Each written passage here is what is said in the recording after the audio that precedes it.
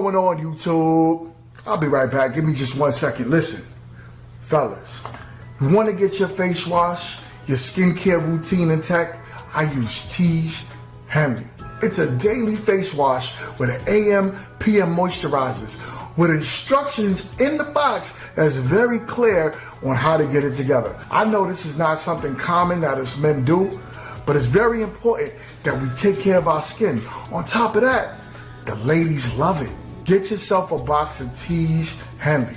It comes in the mail, ships within a week. If you click the link in my description, you would get 40% off your first order and 20% off a lifetime. On top of that, sign up to the app and you'll get even more deals. Me, I got a special. I got the grooming kit. I was able to get my nail clippers and everything that I needed to get myself together to go outside. Tiege Henley is the way when I tell you the perfect men's skincare routine. Get yourself a box of Tiege Henley.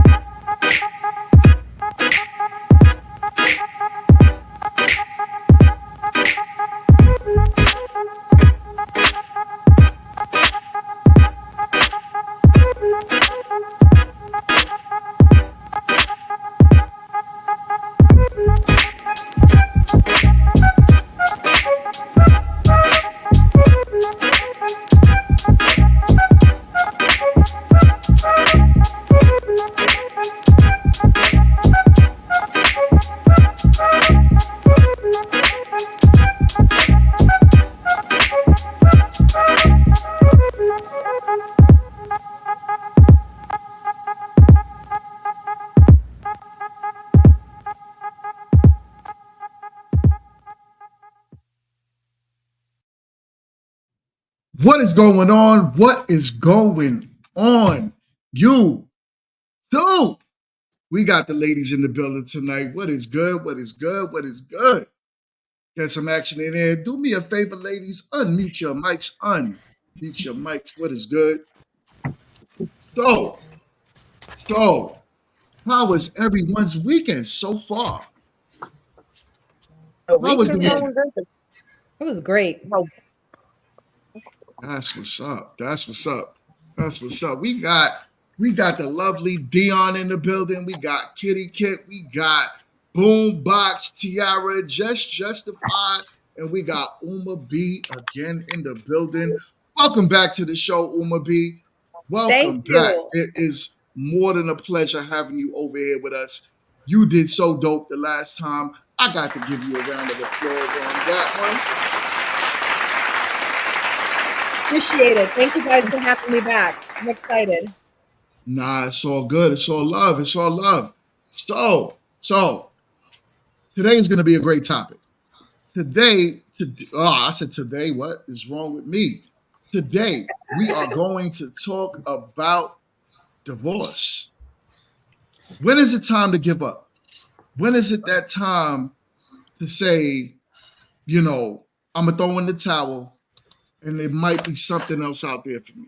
Or is it ever even worth it? That's the topic today.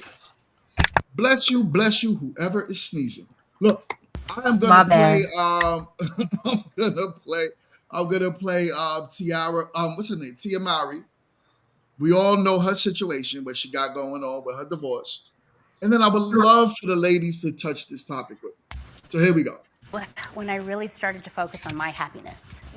I feel like women, we tend to focus on everybody else's happiness, making sure that everybody else is okay. But at the end of the day, it's about self-love. And when you start to really work on yourself, love yourself, know your value, know your worth, and then all of a sudden there's this awakening. Wow. And it's not easy. It's a hard journey. But at the end of the day, I feel like it is so, so worth it. All right, all right. I know y'all heard that foolishness. So. Self-love is foolish? Yeah. Wow. Yes, yeah, that's Loving foolishness. oneself is foolishness. Yeah, foolishness. We gonna get into it. We gonna get into it. My man Matt said, Jess, don't put this serious face. What's going on? So serious, Jess. What up? Man, first of all, we got on. I see. We got Mona D in the building. Mona D in the building. What is good? It is a pleasure seeing you over here. You work with some of the heavy hitters that I've been watching for years. And it is a pleasure having you on this side. What is going on, Mona D? I like to also thank everyone that's watching us on multiple streaming platforms. Continue to watch on those platforms, but I would say come over on this side also and subscribe. Hit the subscribe button. And as you come in the door, hit the like button. Hit the like button. Hit the like button. Mona D says, hello, GMT and the ladies. What is good? What is good? Hi, Mona D. Hey, girl. What is good? All right. So let's get into this topic. We got MRT in the building. MRT, what is good? What it do? What's good, Matt? So I don't know if you toxic one on this panel. I think it's Kitten and me. I'm playing. I mean, nobody can top Cardi B, the historian. Nobody can top that one. You know what? She is a historical enthusiast. That's what she is. Maybe we should have said that. Tell her holla at me so we can do an interview and talk about it one day. We're gonna talk about how she's a historian. Okay? No. Okay. But like this, you and I are gonna talk about that. Not you and Cardi B. So, anyways, let's move on to the topic, ladies. What is good? What's your thought process on divorce, and when is it time to throw in the towel? Well, Anyone can start this. Shorty said, I just want to talk about self-love, how important it is to be on a journey of self-love. I want to know why you ain't love yourself before you got married. That's my question. I'ma just boom. Did she not love herself before she got married? I don't know, because she said she's on a journey of self-love as if she was not already in love with herself before. Like, you ain't love yourself, you ain't know your worth. I don't know if it was because Corey was not making her feel worthy.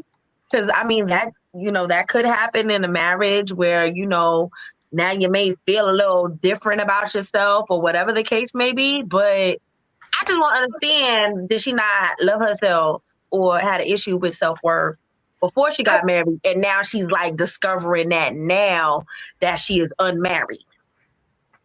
I think it's code language. I don't think she really stopped loving herself and it's a self-love journey. I think it's her way of saying, I really want out. I really want out of this marriage. It's not you, it's me. I got to go on this journey. I really don't. I just want you gone. I want the bed to myself. Please be gone.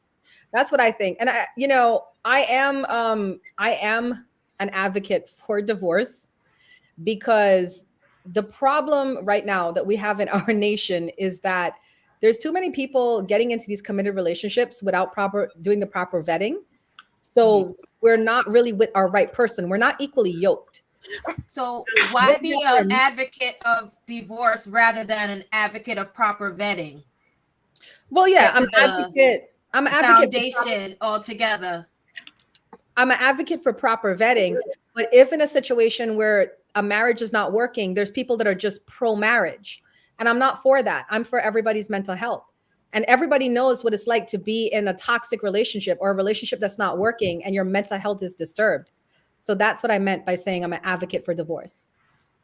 Well, oh, sorry, Jess, you were about to say something in response. Go ahead. Okay. I'm just looking a little ahead though. You got taking a step back from the clip and what Tiff said or Dion said. I think some people get into relationships looking for that missing piece of themselves.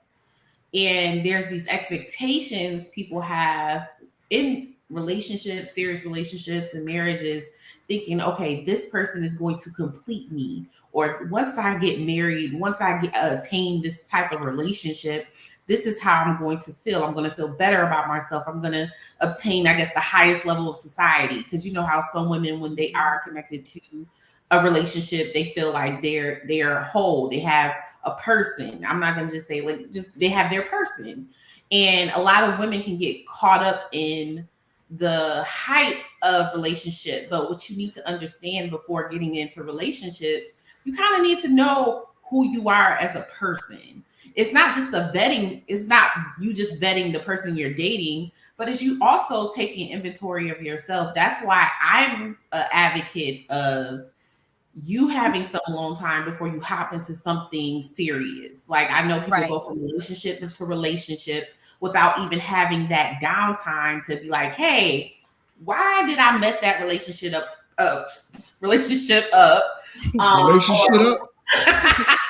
Or why am I not in relationships with people where it's a harmonious union or equally yoked union, right? So there's a couple proponents there. I think given that Tia, she met Corey when he was walking and she was at the bus stop. She picked up homeboy from the bus stop, right? And she was on the lollipop. And she was on the show The Game. So her career was, flourishing. Meanwhile, Corey's was just beginning. He was very broke. I know marriages, there's some seasons that we all go through. So I think what she didn't do is properly vet herself. Me personally, she vetted herself and took inventory of her relationship with Corey and why did you choose him and why were you in this relationship? And now that you guys are evolving, are you guys making new agreements as the relationship evolves? Because marriage is a continuous evaluation, continuous push forward, and go to therapy before, during, and after. I'm just gonna say that out loud. Counseling is your friend during marriage, before marriage, all up and through that marriage. And even in counseling, it's not gonna always bring you guys together, but you might have some realizations there as well. So long story short, vet yourself first, so then you can vet that other person. Let me ask a question though, and I feel like we can all say this. Have you all never been in, whether it was a friendship, situationship, or whatever, where you actually learn more about yourself by being with that person? Like it wound up teaching you things about you that you didn't even know or realize that you should have gotten together, didn't realize there were things that you needed to get together. Because some people walk around here and think that they're together. Like they walking around and they like, no, I'm together. And the right counselor, person, situation will humble them and make them realize, you know what, maybe I'm not quite as together as I thought I was. Maybe I didn't look at myself in this particular way. So saying that, I feel like maybe that relationship made her realize the things that she didn't realize prior to getting into it. And like she said, and people, have a hard thing about being selfish about yourself, right? And we need to do that more, hopefully before you sign, contract agreements for long term. But there's nothing wrong with being selfish with yourself as far as making sure that you're thinking about you and your mental health, because how you show up is how you're going to show out. Also making sure that you have other parts of your life together, that you're not bringing, a level of baggage that isn't unpackable. You ultimately want to go into a relationship with luggage, if you will, versus baggage. So, definitely that's my particular take on it. So I think this particular relationship, she might have learned who she was and didn't realize that these things were happening until the relationship kind of brought it out. So what I'm hearing, what it sounds like is a lot of beforehand, right? Which is good. Like, find who you are before you get married. I don't think anyone should get married without knowing that marriage is something that they truly want, and it's something that should be for a lifetime, because you make that commitment.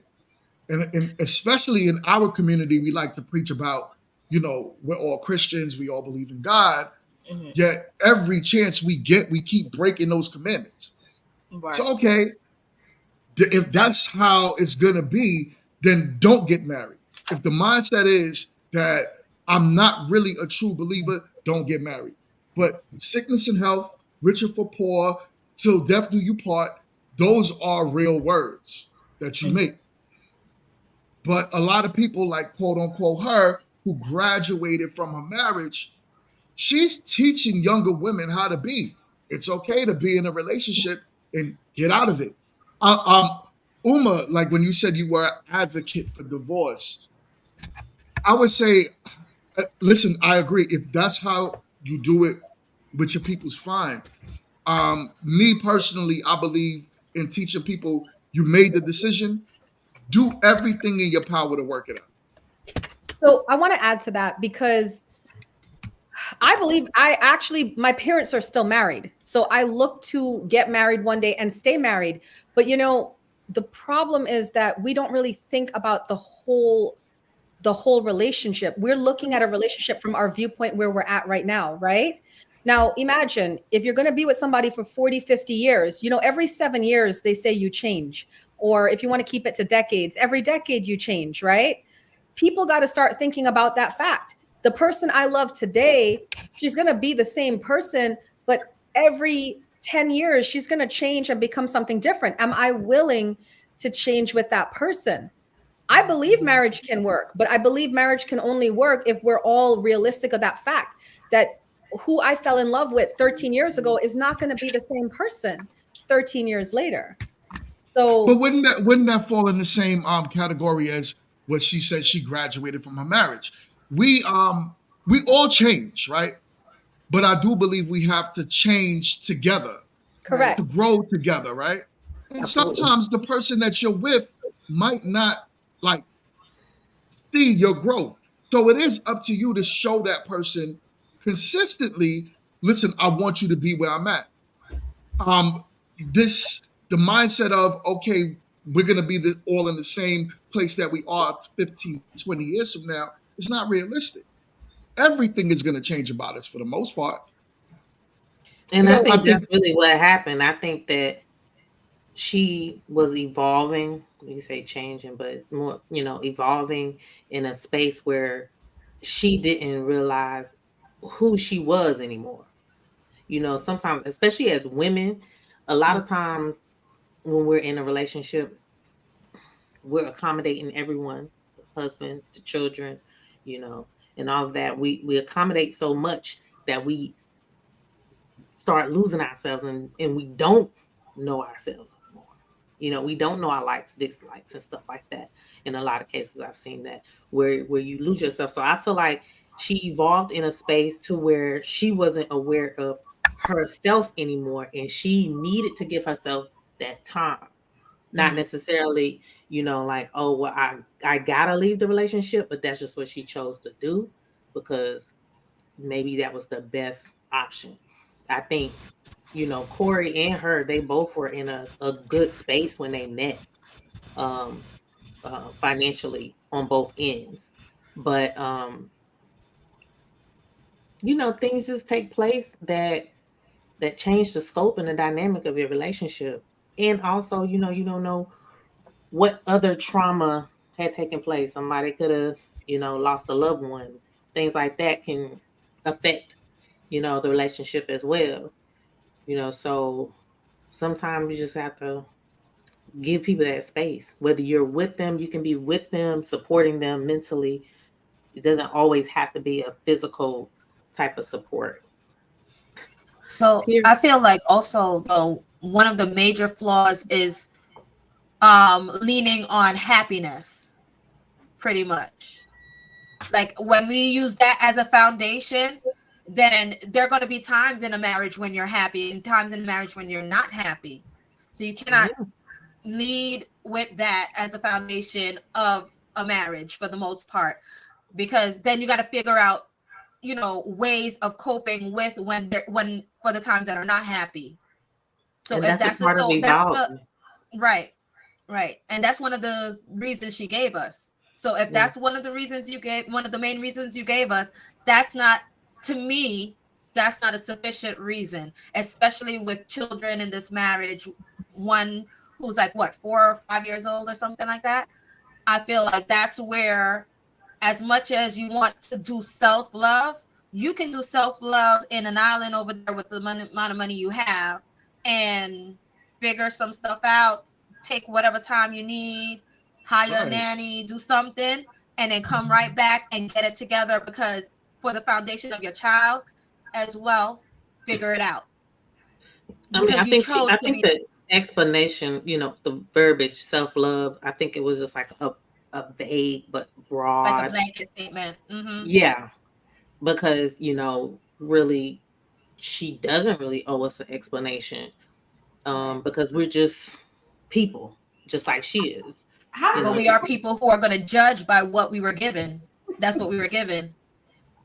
Yeah, I mean, we all are welcome to judge, but marriage is a safe, sacred place that you're welcome to judge the relationship, but it's not your relationship. You're not in it, so you can't really judge it without looking at yourself and just being like, well, it's really not none of my business. It's not really my place to state whatever the case, whether he's broke, she's unhappy with children. Like, we're just basically just trying to judge what she said. And I don't even think that that's fair to her, because it is her marriage and it is her relationship. Nah, we got to judge what she said. The reason why is because she said it publicly, right? Well, yeah, she said that publicly, but she did not give us an indication of what broke down the marriage. Like, what were the steps taken before you got to divorce? Like, for example, you said so then do that then. Happy because she's divorced, and is she unhappy? I don't know. Yeah, she's not happy. Why is she not happy? What indication have we gotten that she's not happy? Because she's on TikTok every day talking about her relationship status and how she wishes she could find a man that has the values of the man that she left. I think she's using that as an outlet. Like, what I've noticed is when people get into these new phases, because I've definitely seen a lot of YouTubers do this as well. There's been YouTubers that I've followed for years, from their dating to their engagement to their marriage to the demise of their marriage to divorce. And they all continue with sharing the journey and how it's going and the ups and the downs and et cetera. So I just feel like she's just using this as an outlet. But still going back to what we were talking about before, where was her self-evaluation during the marriage? Because I feel like that's something that we do need to also look at. When you're in a marriage, you're still supposed to be self-evaluating, doing some under stock on what's going on with you. Like, but everybody evolves differently, and everybody evolves at a different pace. Right, but was she using the tools? Was she seeking out individual therapy as well as marital therapy? That's what I'm saying. We don't. So she chose commitment. We're all making assumptions. She chose commitment. Her involvement needs to be involved in that commitment. But that's what she chose. But we still, like, we really don't know. Like, what if he were already threatened divorce, and then she just said, okay, I want a divorce, and then she just wearing then the she blame. needs to tell that to the public, because what So she gave to the, well, here's the thing: she gave something, she gave an explanation, and for how important the choice of marriage is, you cannot just leave it as that and it be okay as a blanket. Like, then don't give a statement at all. There are people who don't give statements when they get divorced.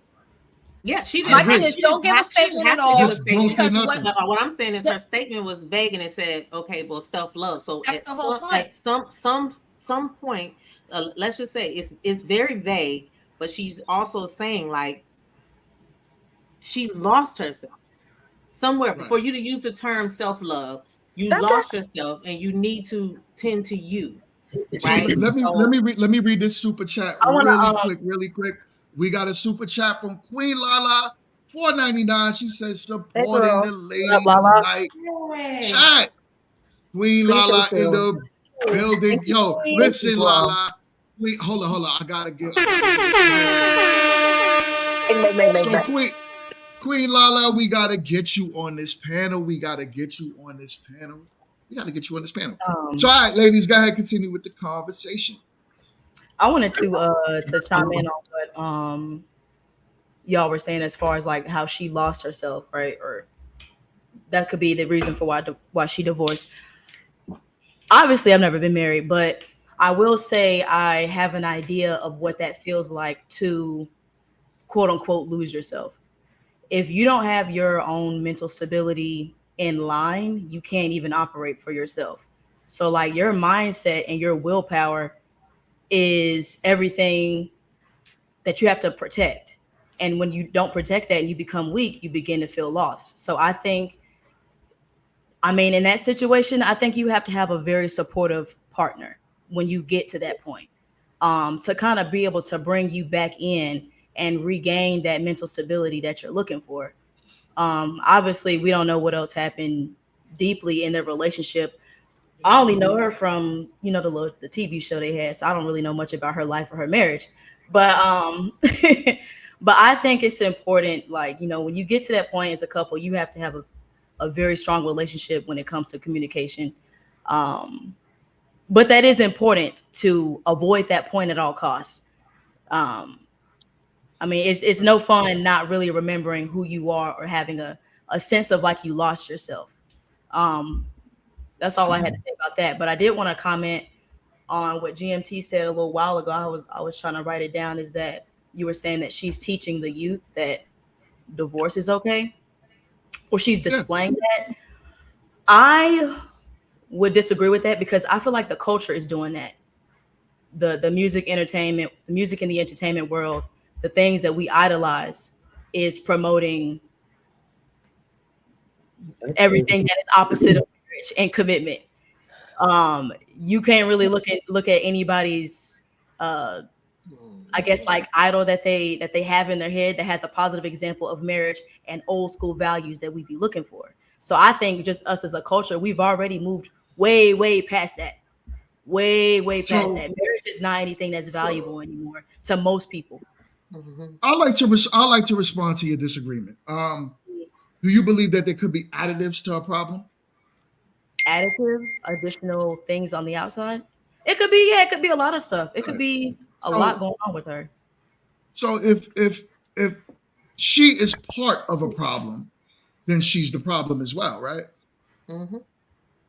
Yeah, essentially. I'm gonna chime in, but I don't. It's not like she's like. I feel like she's just a part of the puzzle. You know what I mean? I feel like but it's still a part of it though. So the way you eliminate that is not being a part of that problem. 1 second, Uma, what was you gonna say? All right, so I was just running the statistics real quick. Tia is 46 right now. She was married for 15 years. Oh, wow. That means she got married at 31. Before she was married, they dated for 6 years. They got engaged in 2006. They got married in 2008. So they dated for 8 years, right? If you do the math of all of that, they had their first child in 2011, the second child 2018, the separation in 2022, the divorce 2023.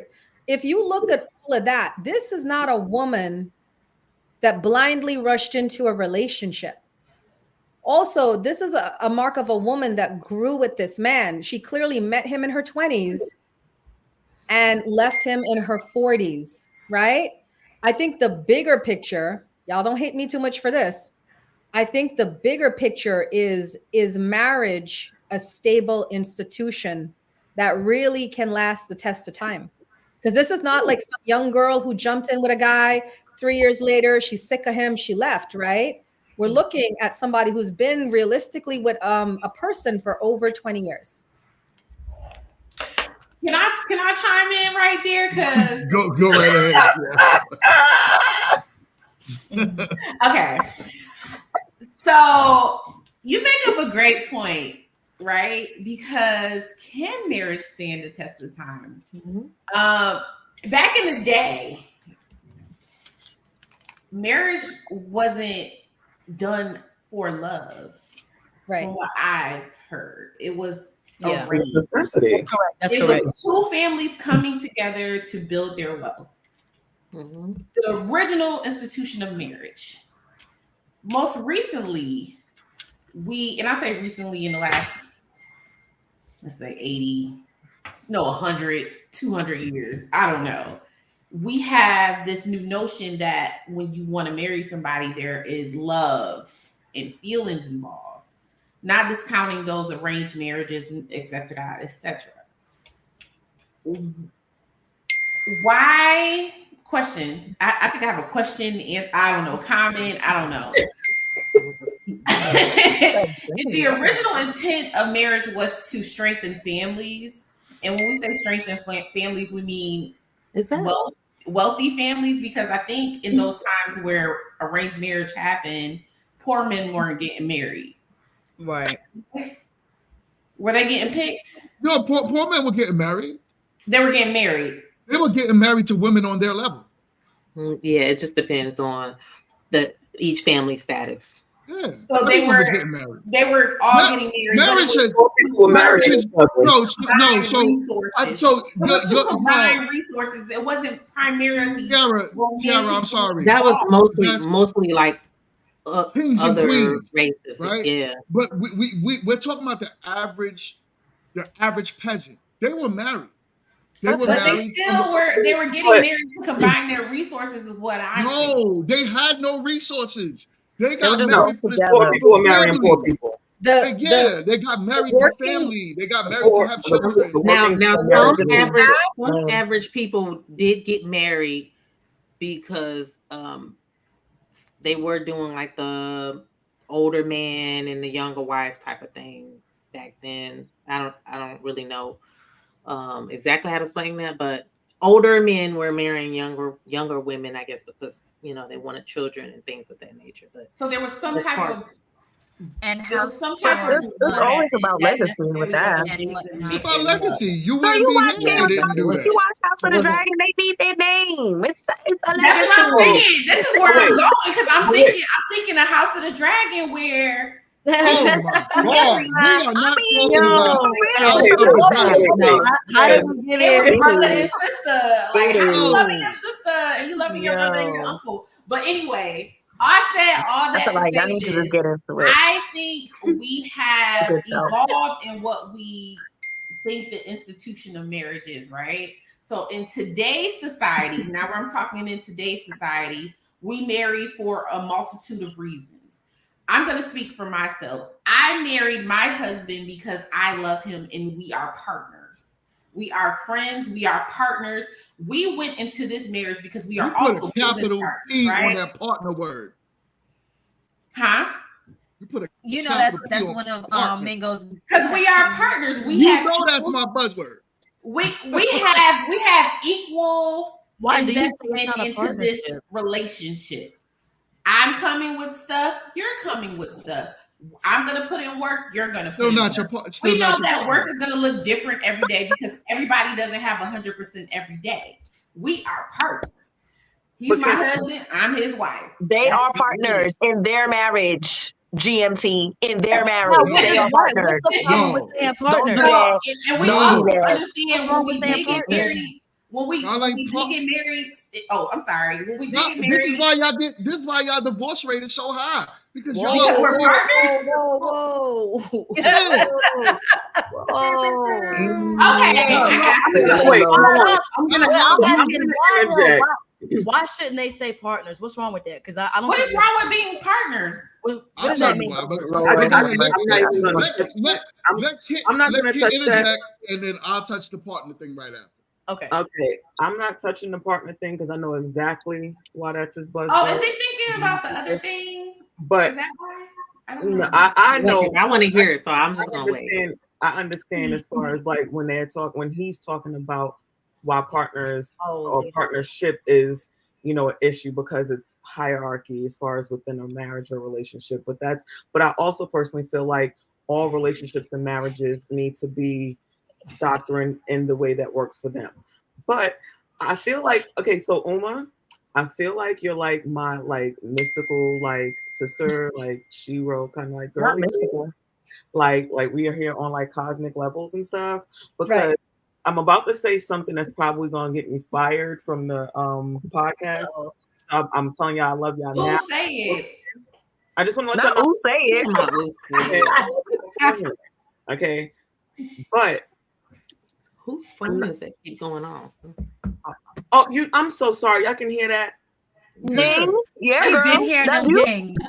I'm like looking around. I keep checking my phone. Like, is that your weed man or something? Like, what's going on? A group chat. Like, I was like, I wonder if they can hear that. It's like ding because it comes up on my laptop. We can hear it. I was looking around crazy. But I'm gonna say this, and I'm saying it with love. And for all of my people who love their marriages, please continue to love them. And there's nothing wrong with them or anything. But monogamy is a man-made construct that's not necessarily natural to people. It's a job and it's a work. And because of that, this is why you have so many issues with people being able to sustain monogamy in the way that is constructed through the marriage lens, if you will, which is why so many, current relationships or marriages now, when they look at polyamory, they're like, oh my God, I deal with one person, let it go and this, that, and the third. But love is essentially not the same amongst each other and different people. The way you love Dion is going to be different than the way that you love your son is going to be different than the way that you love your mom. It doesn't mean that you don't love them all equally. You just love them differently, So that's my little tidbit with it. I think when you look at marriages and people and evolving, and it really plays a part in how, people fare out in their relationships. Relationships are not cookie cutter. And I think that's the problem. Everybody's trying to have this American built marriage with the 2.5 kids and the fence and the wife that's super submissive and the man that's got his briefcase on the way to work. That's not what works for everybody. But as long as the relationship works for the people in it, that should be what's important. The relationship didn't work for Tia in the relationship that she was in. And like Uma said, she had years and years and years with this man. It wasn't a fly-by-night thing. They were together for almost a decade before they even hit the aisle. So clearly, again, not even saying that she was trying to cheat or anything, but as she evolved, she realized that wasn't for her. And unfortunately, because of how American society looks and feels about marriage, it's this farce when you think of divorce in any other way. But I'll end. No, I have something to add to that. Go ahead, Uma. So I understand what she's saying because I like to look at things from a factual point of view, right? And not get my emotions involved. And that's why I always look to my computer and I pull little stats up and stuff like that. Actually, it is quite rare in the animal kingdom to have a monogamous relationship. Now, birds, there's about 80 to 90% of the bird population that is monogamous. But in the mammal population, because we're mammals, only 3 to 5% of the approximately 4,000 mammal species on Earth practice monogamy. So what I'm trying to say is, and what I was trying to say earlier when I said I'm an advocate for divorce, is just this. Not everybody is meant for marriage. And there are people that are meant for marriage.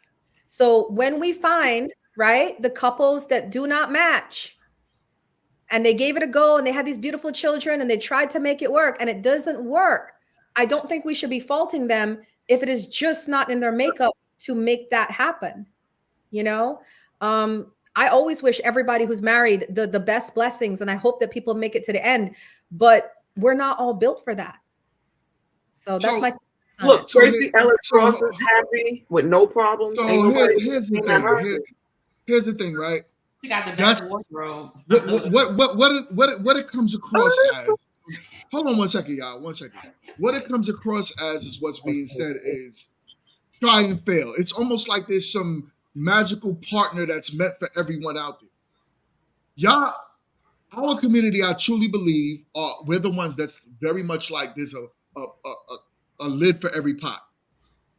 Everyone has this person that's out there that's gonna find them somewhere and marry them, and it's not true. Statistically now, if we're gonna bring up statistics, we can look at that. The fact that the older these women are getting after these divorces, they are not happy. They are on antidepressants more. This is a statistical fact. There's women that leave their marriages and go out there and try their hardest to find another man that was giving them what the other man was giving them. Why are you leaving? Because the world is telling you, oh, give up. No, it's not successful if it didn't last for a lifetime. Could marriage stand the test of time? Yeah. If you learn and someone teaches you how to do it. Mm-hmm. If you talk to the elders, the people that did it before you. But when you talk to people that's like, oh, yo, you get a divorce, it's fine. You'll find somebody else, hopefully, if that's what you want. Or maybe you don't want to be married. Maybe you want to be the cat lady. Fine. Be a cat lady. But you know what I don't like that.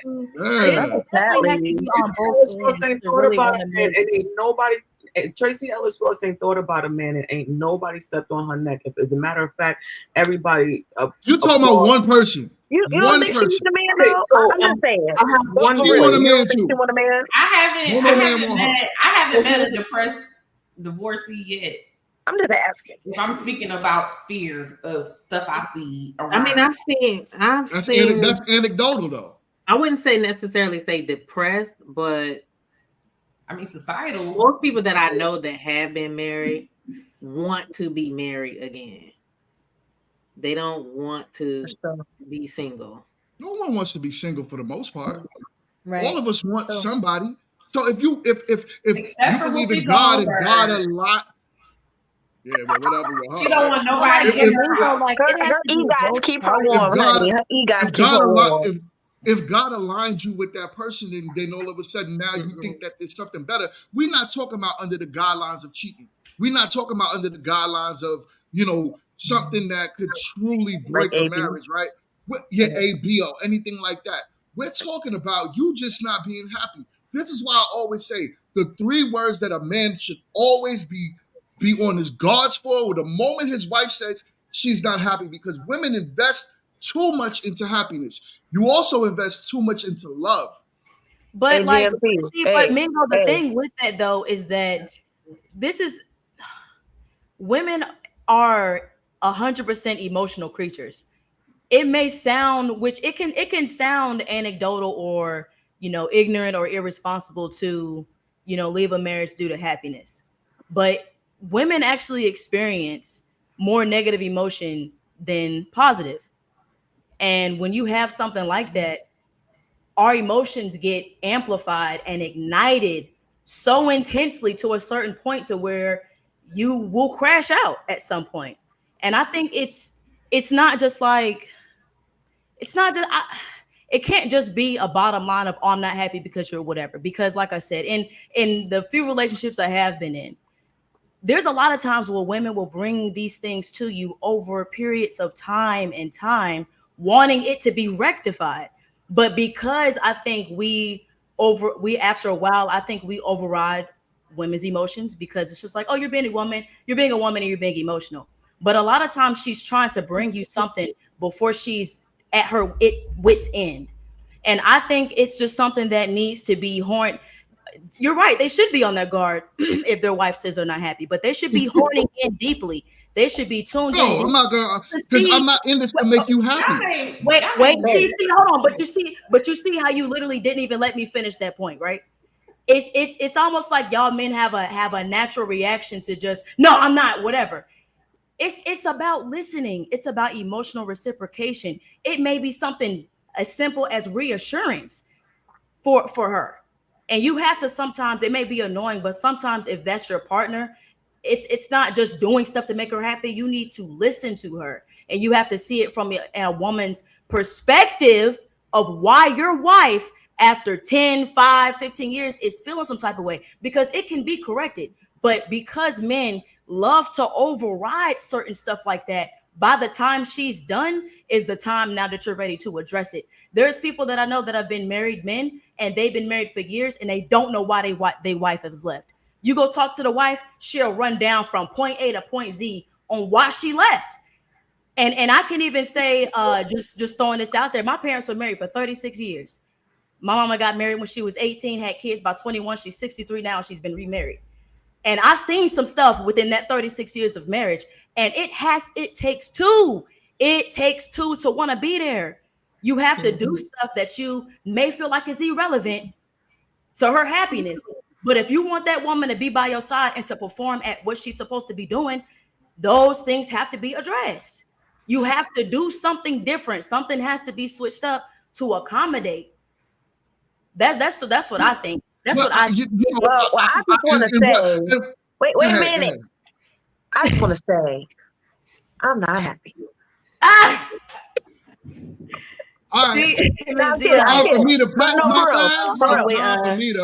my bag. I mean, no. And I agree with you.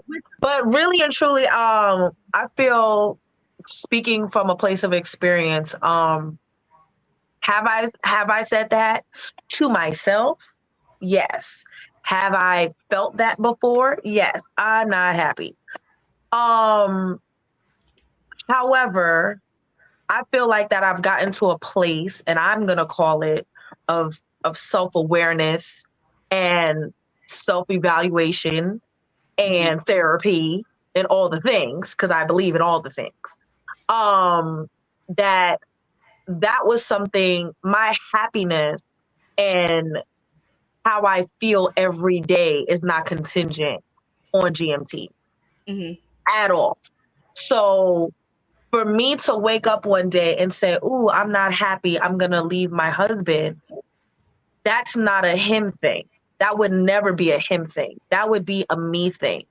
And being that I'm at this point in my mental health journey or in emotional growth, I could never see myself saying that, because I feel like if I'm coming to him and I have an issue with, hey, I don't like when XYZ happens, I feel like now I have the language and the tools to be able to say that to him effectively.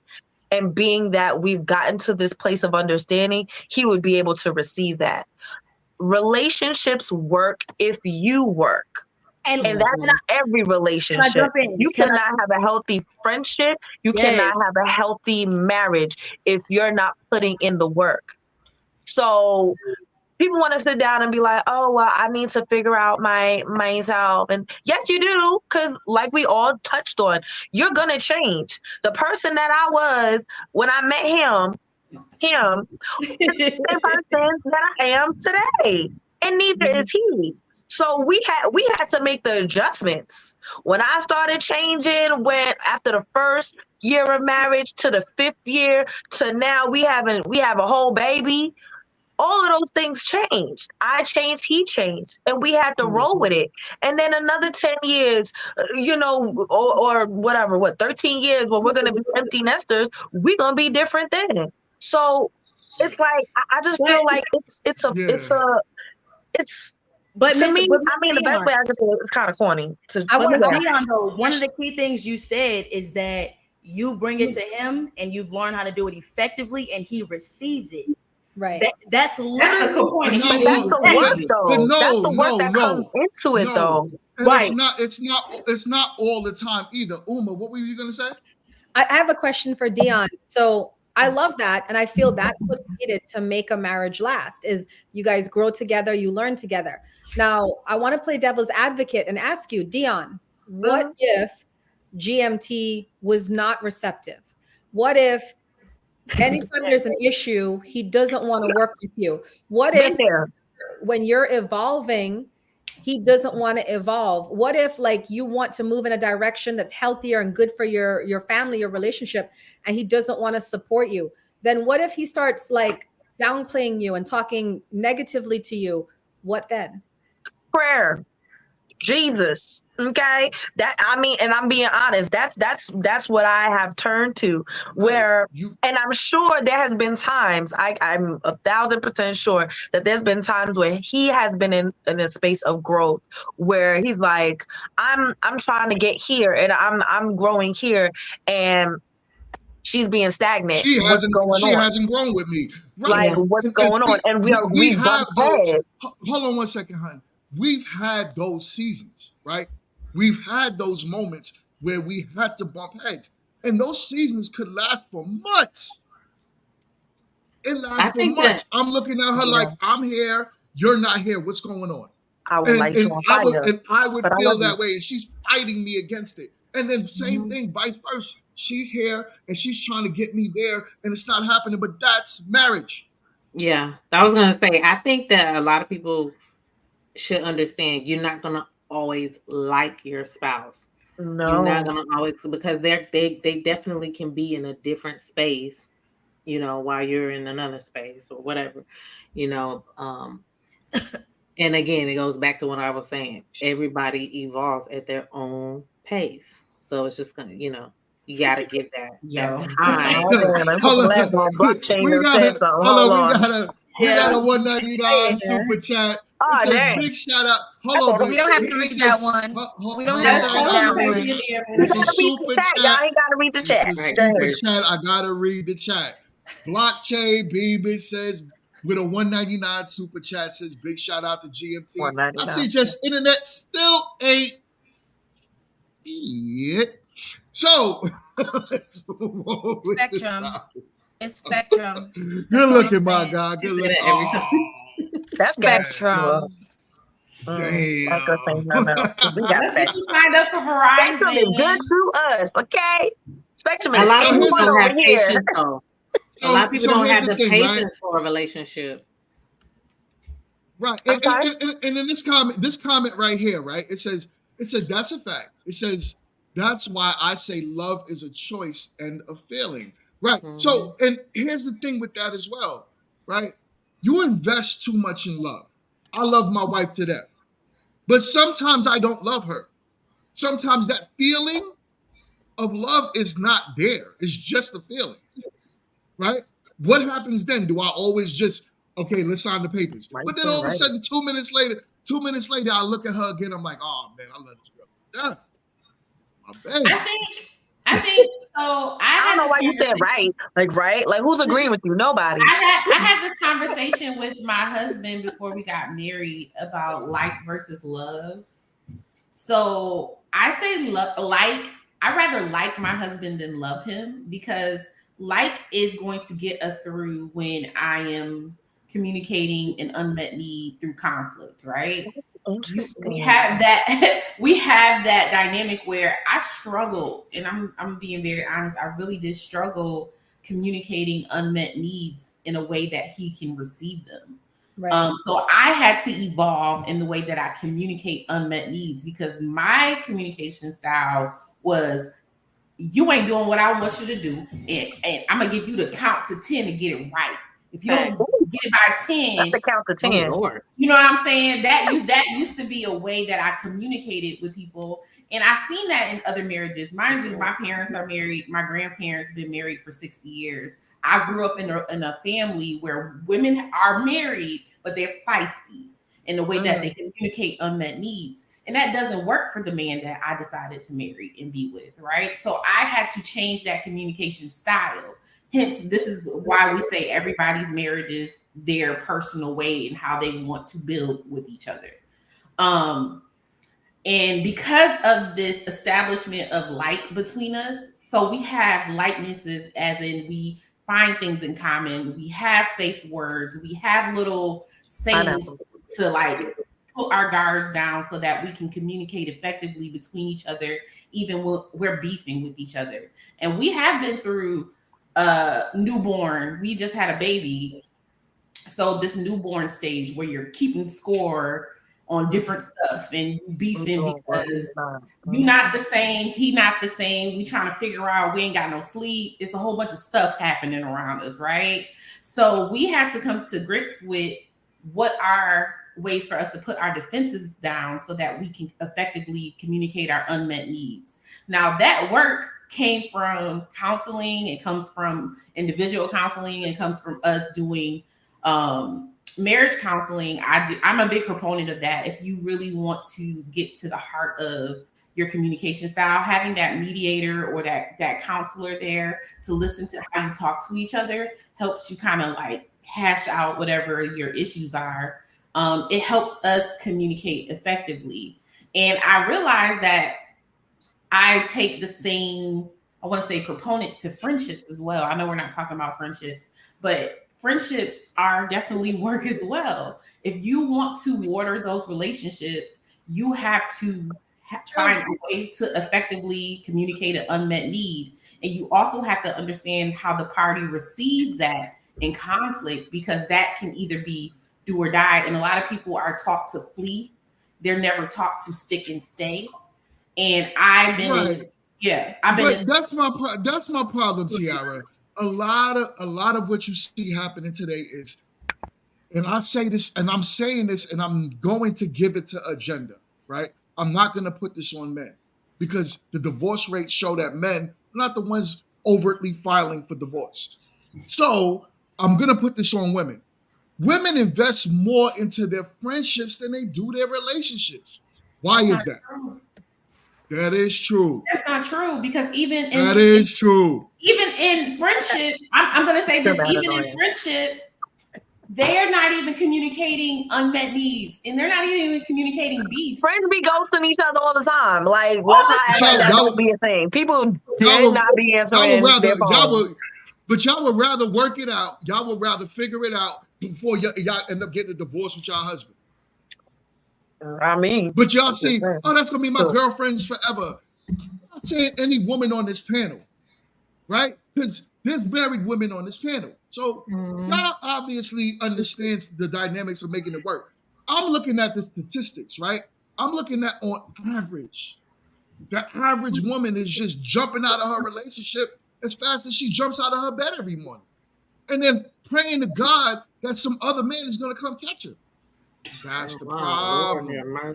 But like, I mean, how do we know if there's anything that was deeper going on in the divorce though? Or like in the relationship for why they just up? Don't matter. It don't matter. We're not talking about cheating, right? Average. But what if that was the thing? If something as far as cheating goes and it's something you can't look past, because I don't even feel like I understand it on the men's side. I'm not gonna lie, but that's a different topic. It's a different topic. I understand why men we don't accept it. No, we ain't segueing it. But when a man cheats, I understand some women can see past it, and if they could see past it, fine, right? Wait, repeat that.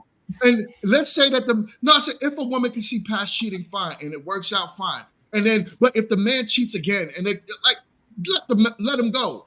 If the man is not supporting you in the places that matter, right? He's leaving you dry. Even the Bible has things where if your husband abandons you, that's the call for divorce. An abandonment could look like so many different ways. Mm-hmm. He could just be leaving you out dry. Yeah, but you're not happy is not a reason for divorce. That means you invested too much in your happiness. You literally took that part of being happy in a marriage literal. Something that Tiara said, I thought that was interesting. Saying that for her, liking her husband is more important than loving him. Yes, Do that's the super chat first. Do the super chat. We got a $2 super chat. My man Whoa. Matt says GMT women are gifted curse, brah, which is the truth.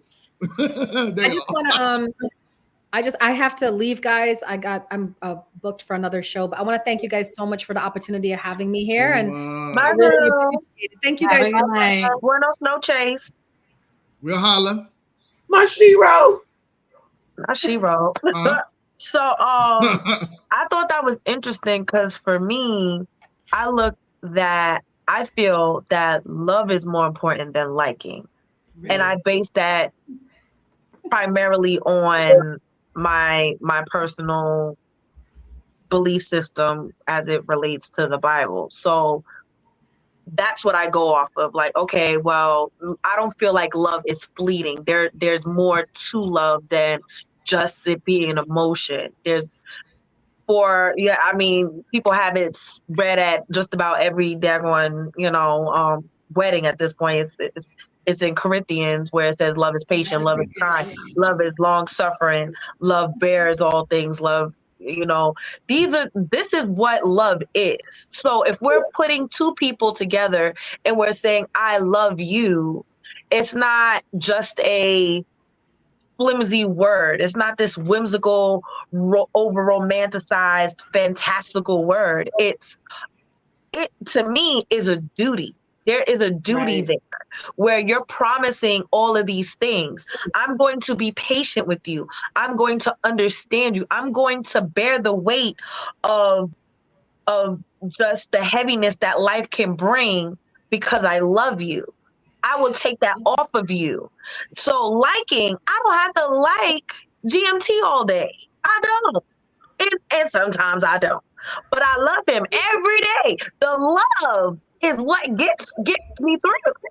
And not in a sense of like, oh my gosh, it's just the most difficult thing in the world. It's the fact that I made a decision to love him. I made a decision when it came to, okay, not just in marriage, when I decided to say I love this person, that changed the game for me. I wasn't just throwing that word all willy-nilly. You see that comment? You see that comment? I gotta put my glasses on. Hold on. It says, you better love my boy. Okay, Matthew, relax. So anyway, like, whoa. I don't remember seeing you at the wedding, boy, but I appreciate you. But anyway, you're gonna be invited to the next the next wedding. Not like that. The vow renewal. Look at Kid. We know what you meant. We know what you meant. Yeah, he ain't crazy. But no, I definitely agree with you, Dion. I definitely agree with you because when I say like, I just say like I just really dig this person and I made a commitment to this person, and that is I get that like versus love thing from my mother because she said, when a man just likes you, he just wants you around. He wants to see you happy, but he's also making a commitment to be there even in the hard times. But you don't think that's love? And she told me it was like, and I was like, okay. She said, if he likes you, he just likes you. And then she said, but love is a feeling. She said it's more of a feeling. It comes and it goes because love is like, Wait, that's exactly what I just said. My mom explained it to me, so I ain't gonna be your mommy. She was right. It's okay. I mean, she still was teaching you something, but yeah. Sarah, you got a feedback. Yeah, what is that? That's not me. That's not me. I think hit the mute button. No, that's not you. Let me hit mine. I'm saying, I think it's Jess. I don't know why. It's gotta be. Why Just hit your mute button. I'm muted. Somebody got a feedback. It's a bad me. one. Hold on. Let me see.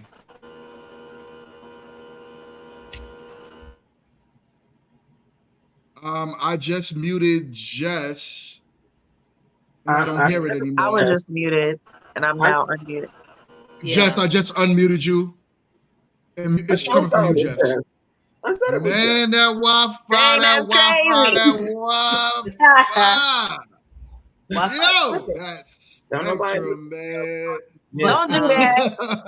Yeah, I was gonna say We somebody love was saying spectrum over that here. love. Spectrum's Somebody A1. said love is just a feeling, and it's not. It's more about humility, and being humble, because sometimes you're gonna be uncomfortable doing something for your mate. And a lot of times, like they say, it's patience, kindness. You can't be boastful or loud, which my husband always get on me. He said, That's what it said in the Bible too. It is not prideful. It is not boastful. That's what it said in the word. Praise God. Right. I just wanted to add that. To it. That was good. But T-Larry, Tell blockchain to buy her. He said you got the dollar. He said you got the dollar. But Tiara, I think your mom, the way you explained it is her point of view on the guy liking you, like how he should handle you overall, not just like being the main factor, but you can tell a guy likes you by how he handles you.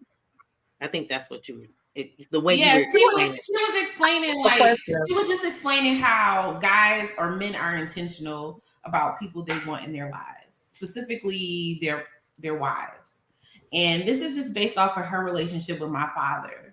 And the way, and I come from a father where he was in the home. So the way he is with my mother, he allows her to be her without feeling threatened as a man. He still has leadership.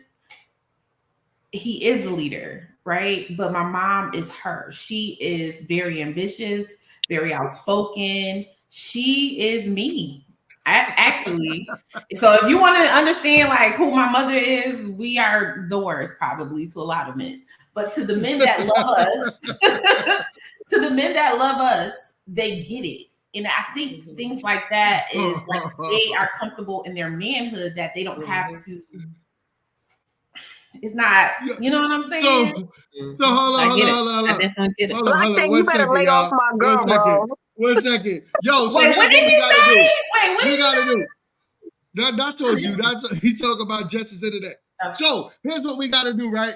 Everyone hit the super chat button, $1.99, $2.99, it don't matter. We gotta donate to Justice Internet Fund. We are gonna start this. Crazy. We are gonna make this happen. Maybe we are going we could just switch her to Verizon. I know a guy. You know a guy. Relax. We're not doing that. We're gonna start some game wars in here. We don't want that. We're gonna have some game wars in here. We're gonna intervene over the S's. Don't do that. Now, we don't need that kind of drama. My box closer. If it doesn't work after that, peace, Spectrum. Nah, this is you're gonna have to leave Spectrum after that. It's giving catfish. But I do have a question, right?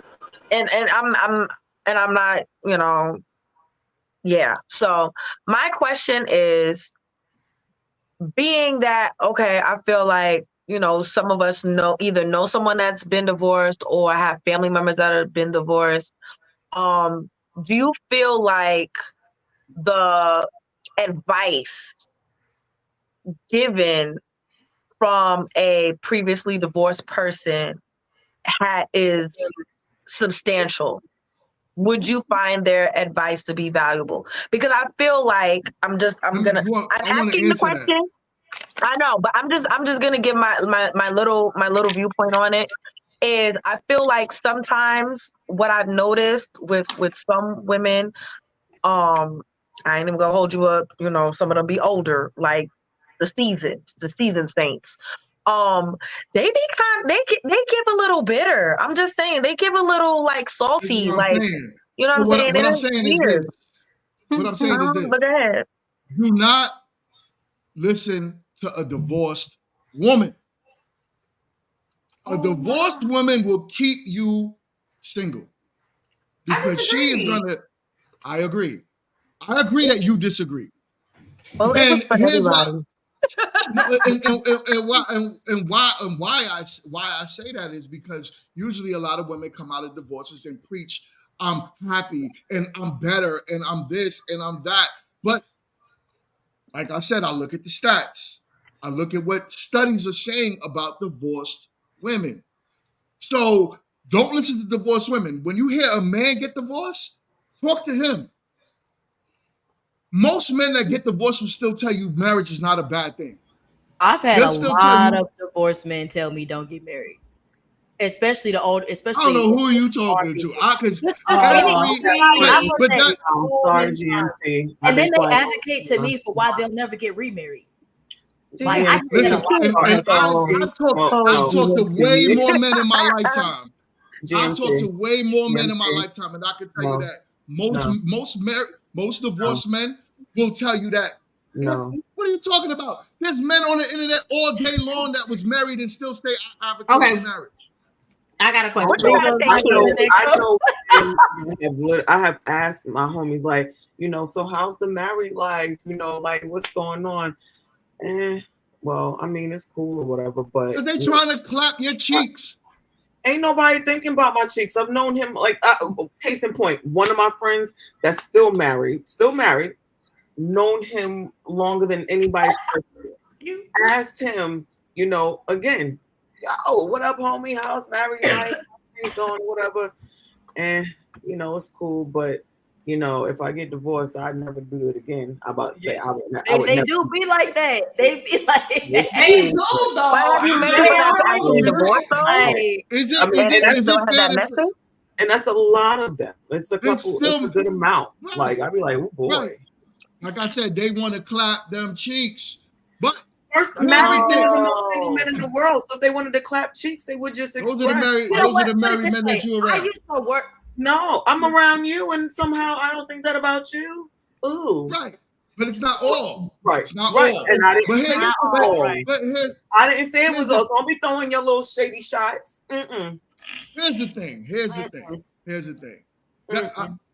Boombox, go ahead. What were you going to say, Boombox? Mm-hmm. I just had a question.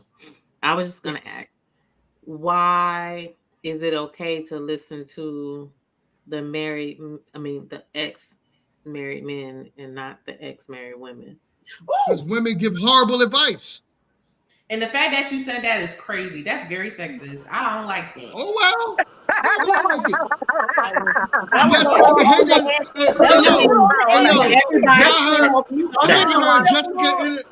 like it.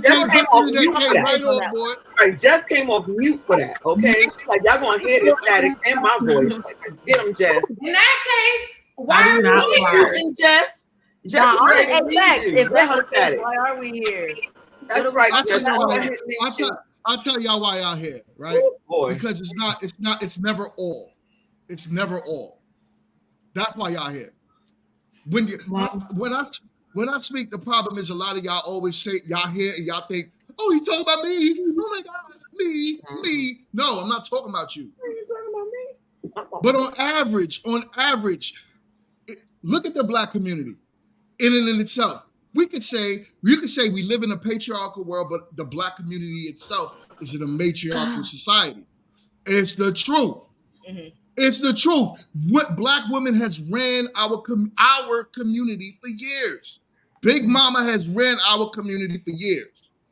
It hasn't gotten any better from the advice that you got from your mama, your mama's mama, Kamala Harris be out there trying to run stuff, and all the other Black people she's locked up. Well, that internet, Jessica, that internet. Go ahead, what you got to say? Men are delusional. Men are delusional. That's what men do be living in that delusion. I personally feel like men have a stronger delusion than women do. That's why they get fired in life and not have because they are delusional. The Delulu is true. How is that when men have built everything you look at? The reason why you're sitting on this internet right now is we're not going to compare. The whole reason why Jessica internet is bad because a woman tried to take over Spectrum. She tried to take over Spectrum. What are we talking about? Screaming. You cannot get defensive. You can't get defensive because I didn't say all men. I said men. Yeah, you're right. Listen, and it's never all. You know what I'm saying? This is why I'm not saying you guys give. Yo, Kit gave some sound advice the other day. I was like, oh snap, I would listen to that. You know what I'm saying? I would hear Boombox say some stuff, and I'll be like, yo, I listen. When I hear that Cardi B is an historian, you better stop. I knew he was about to go there. I was going to circle back to what Boombox said regarding why you can get advice from divorced men versus divorced women, because the divorced women I knew who knew I was getting married, the sound advice they said was listen to him before you speak. And like I said, it's never all. The sound advice that I got was, if you can prevent your divorce, do that. You have wise women in your corner. The sound advice that I got was your ego can kill your relationship. Yes, ma'am. The sound advice I got from the Black women that were divorced around me was pray about everything before you say anything. Preach, sister, preach. Yeah. You better get them. Yeah. I was like, where's I don't know who these folks telling folks not to get married, but amongst, I would say, community. You don't know. Folks, what do you mean? They you don't know. Get married. They haven't discouraged you from marriage. They have, but they realized, they also gave me sound advice through their shortcomings in their marriage. Right. They said, y'all missing the point. And like I said, you are very anecdotal. You're like, yo, my situation is like this, so it's average. No, it's not. Your situation is your situation. The divorce rate, all those women telling you what they told you, fine, I'm with it all day. But let's keep it real. Turn on your TV, turn on the internet, go talk to the average woman just out there on the street who's man-hating all day. Everybody getting married. I don't know what you're talking about. Well, your TikTok, you lying cat. TikTok is TikTok. I'm gonna go get my blue cap for that. They dancing with they little lying. We got a lot of couple stuff going on my page too. But wait, the things that I see, most of the people getting divorced at parties. Go turn on and watch The View. Watch The View. A bunch of men-hating women. Watch all of this stuff going on that is straight men. Whoopi Goldberg wanted what to say. No, she don't want nobody in her house. That's what she said. That is what she said. Beyond Goldberg. What they've been saying for years. She's claiming. Really, ladies? Do I gotta pull up the panel? Where they all was talking about, do we need a man? And the married women on that panel were saying that I don't even need my husband. The only time I need my husband is for sex and to mow the lawn. Y'all not gonna sit here and tell me that these women are But then you have a whole sector of guess men what they're listening teaching y'all? Because are we divorcing you though? Are we divorcing you though? So y'all are still divorcing. So y'all are listening to these women, not y'all, but women are listening to these women, and guess what? 70% of divorces are filed by y'all. No, 80% in the Black community are filed by y'all. 50% overall. It's not a lie. It's a stat. I said that's a lot. Yeah, it's you gotta be active listening. You wasn't actively listening. Emotionally charged that he can't hear the lots versus he is revved up like the Energizer Bunny. He was ready for someone to cut him. I don't want your blood pressure to get high. You need to calm down. Okay, I got a headache again, man. See, and that's why God is married and live long. You see, she's worried about his blood pressure. But like Jim, like the same way we can like. I can't hear nothing. I hear 5 people talking at the same time. But GMT, like I get we can look at the women and see what they're promoting and what they're talking about. But I think we should also be having a conversation about like the stuff that men are promoting now either. Because it's not even like it's a one-sided thing. Like it goes back to what I was saying before, is like the culture itself. Everybody is promoting that. Like, and you hear men dog talk it more than women do. I think women. For the past 4 years. I feel like women now are coming out saying crazy, ridiculous stuff is because men have been saying it for a long time. Miranda, you showing your age by saying that. You showing your age by saying that. Because you obviously have no idea what the talk shows have promoted. But GMT, if we're looking at it, it's Gen Z, and where I guess I'm right at the millennial cutoff, or I'm right before Gen Z. Those are the ones that's going to be carrying out this idea that marriage has no value in nothing. We're going to see the generation for the first time actually develop into situationships and pleasure contracts and a bunch of bullshit. So there's certain things begin to fall off around your age group, but we're gonna really see the manifestation and the numbers. I'm old, huh? No, but I'm young because of what I'm saying. But all I'm saying is that when we really look at the statistics 5 or 10 years from now, it's going to be drastically different because it's Gen Z and 96 on that is going to carry out this mentality. And if you look at these modern celebrities and social media people that you're talking about, half of them are promoting who? They're promoting what? They're targeting it to the younger children because they realize that's the next generation. So it's not anecdotal or bullshit to say like, oh well, it's the age difference. No, that's a fact. You obviously you didn't hear what I said, because what I said was when I said that you're showing your age had nothing to do with you not knowing anything. It had a lot to do with you not understanding what was said in the media prior to you being born. Men literally just got divorced during this YouTube era. Actually, I'm gonna be very precise. Hold on. I'm gonna be very precise to what I'm saying. YouTube is my generation. No, you're missing what I'm saying. Men literally started speaking up for other men in a large number during that whole Kevin Samuels era. Mm-hmm. Before that, it was women that was trashing men on daytime talk shows. Oprah had to come out and disprove everything she said. You have to say, you know what? Black men are the most involved fathers. She apologized for her mistakes that she did. You had what's that magazine that was out? Oh my God. Cosmopolitan. Who had to apologize for pushing what they pushed onto women and furthering the feminist agenda of that I don't need a man. Because guess what? I never thought that magazine was for us. All those white women were going home to their All those white women were going home to their husbands while y'all were divorcing yours. And they knew it. And they did it on purpose because they know, here's the thing. They knew that if they created divorces and they separated the man from the woman is the biggest spender in the economy. So they knew if you were out there, your man is not going to tell you, don't go buy that. That's not part of our budget. Don't do that. So the agenda to push divorce in our community was huge. I will say this though. Even in our even in our entertainment, like, because people be like, oh, well, it was a feminist agenda and all of this. I remember INDEPENDENT. You know what that is? We got our own house. We got our own car. Sorry, got excited. Job, work hard. You a bad broad. Wait, even Neo, she got her own thing. Yeah. We talk about Jay-Z, but Jay-Z.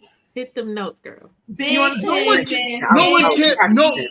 But wait, stop. What I'm saying is that you all have a way of perpetuating things in our society. We live in a patriarchal society. Men are the ones that have the common power in our society. I'm not talking about directly. I'm talking about the Black community. I'm talking about the society as a whole.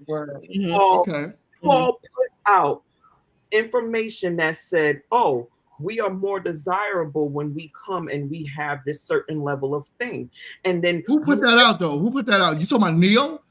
I'm talking about it wasn't just them. I'm talking about NDP and these songs. Come on. You can't say that Sexy Neo and Webby. You can't say that Sexy Red feeds information one way, but then can't say that Neo and all of these other he wasn't, because here's the thing. men literally. You gotta read the super chat. Let me read this super chat, please. Okay, Queen. Hey, don't be raising my husband's blood pressure now. I gotta live with that. So calm here's the down, thing. baby. Calm down. Queen Lala in the building. She sent that $9.99 super chat. She says, so are men telling women to dress and behave like Sexy Red, or other women raising their daughters to be Sexy Red?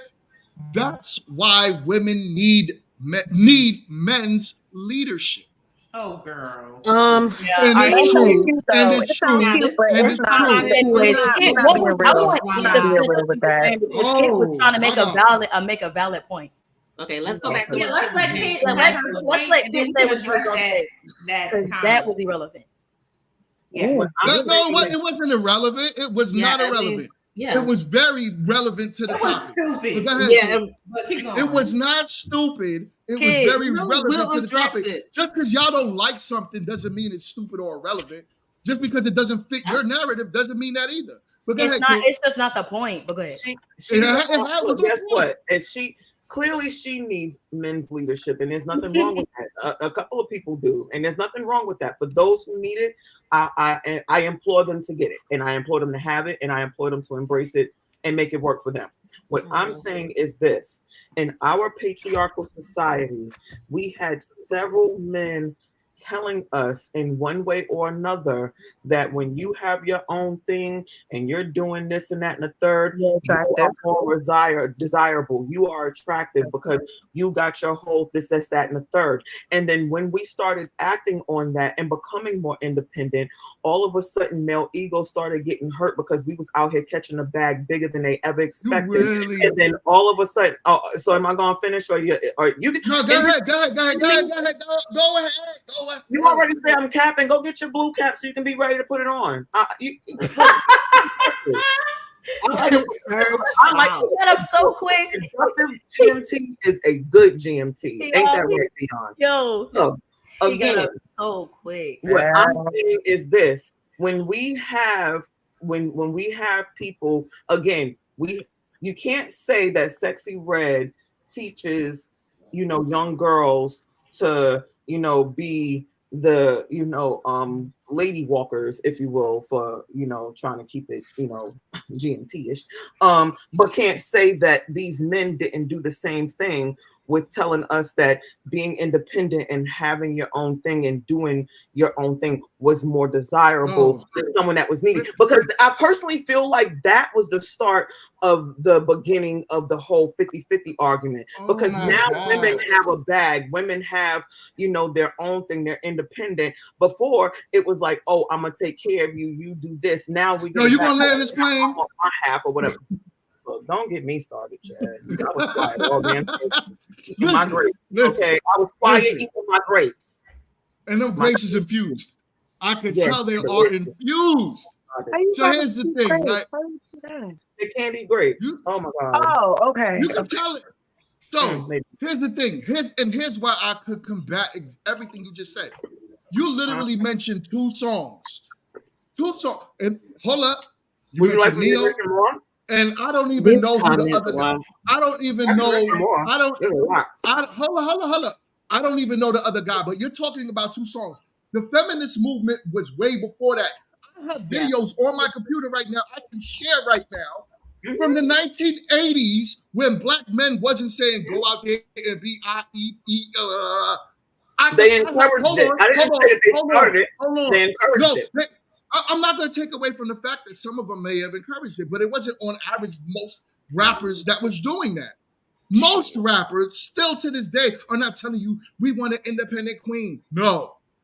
Most are telling you to be submissive for the most part.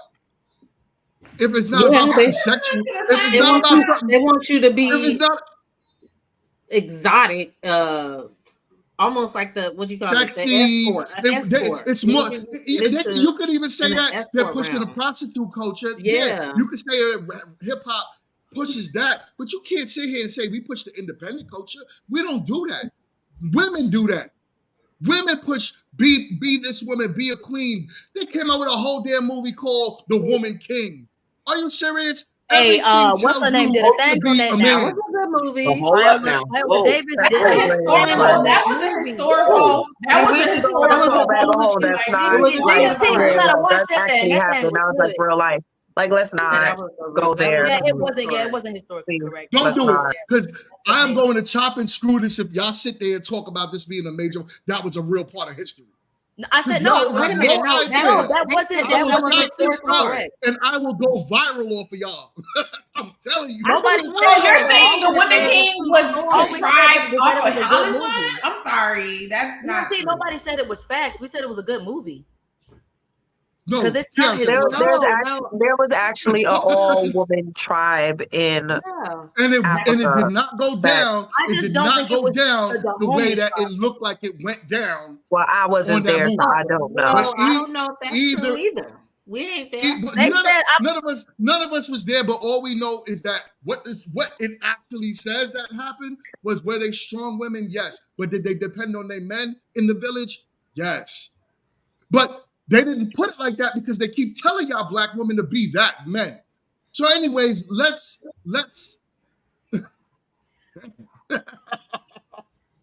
I gotta be losing my marbles tonight, boy. You lost some marbles before you got on here. No, I need some grapes. But There's some grapes in the refrigerator. You should get some. I need infused grapes. So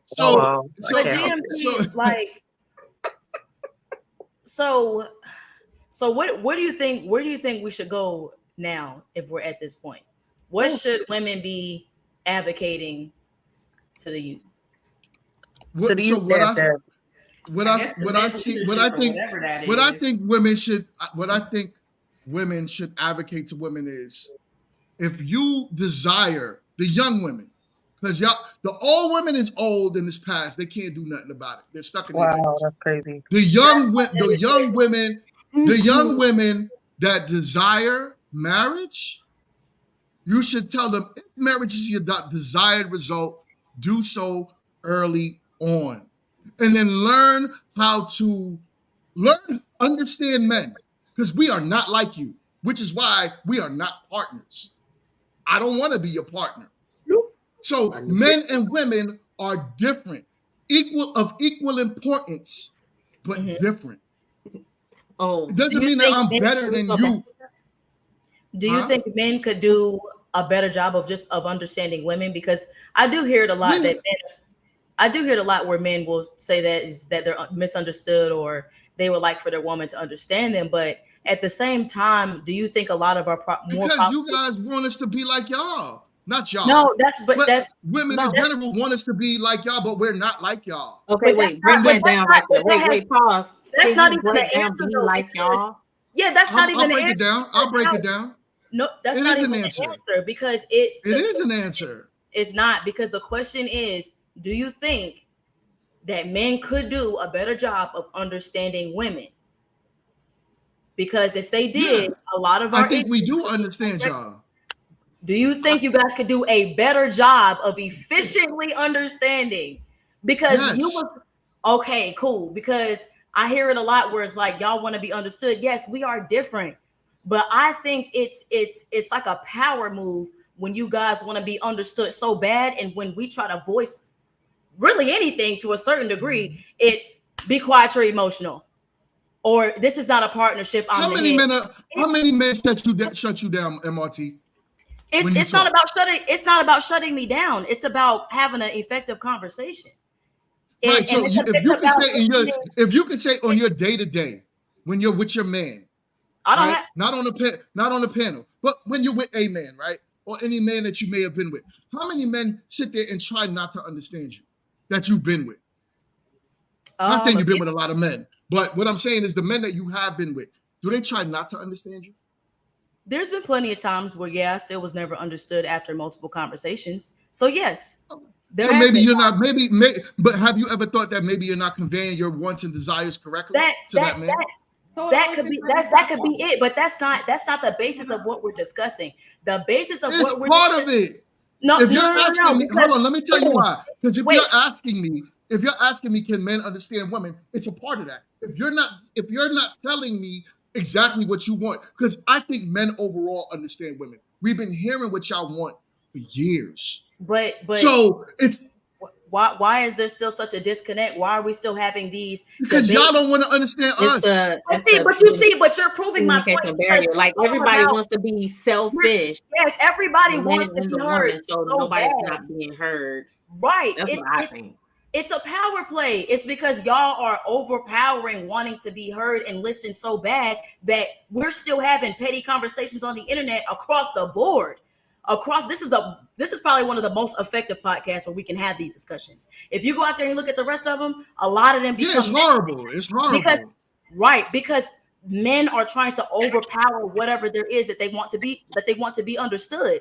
And we get it. Y'all want respect and submission. Trust me, we get that.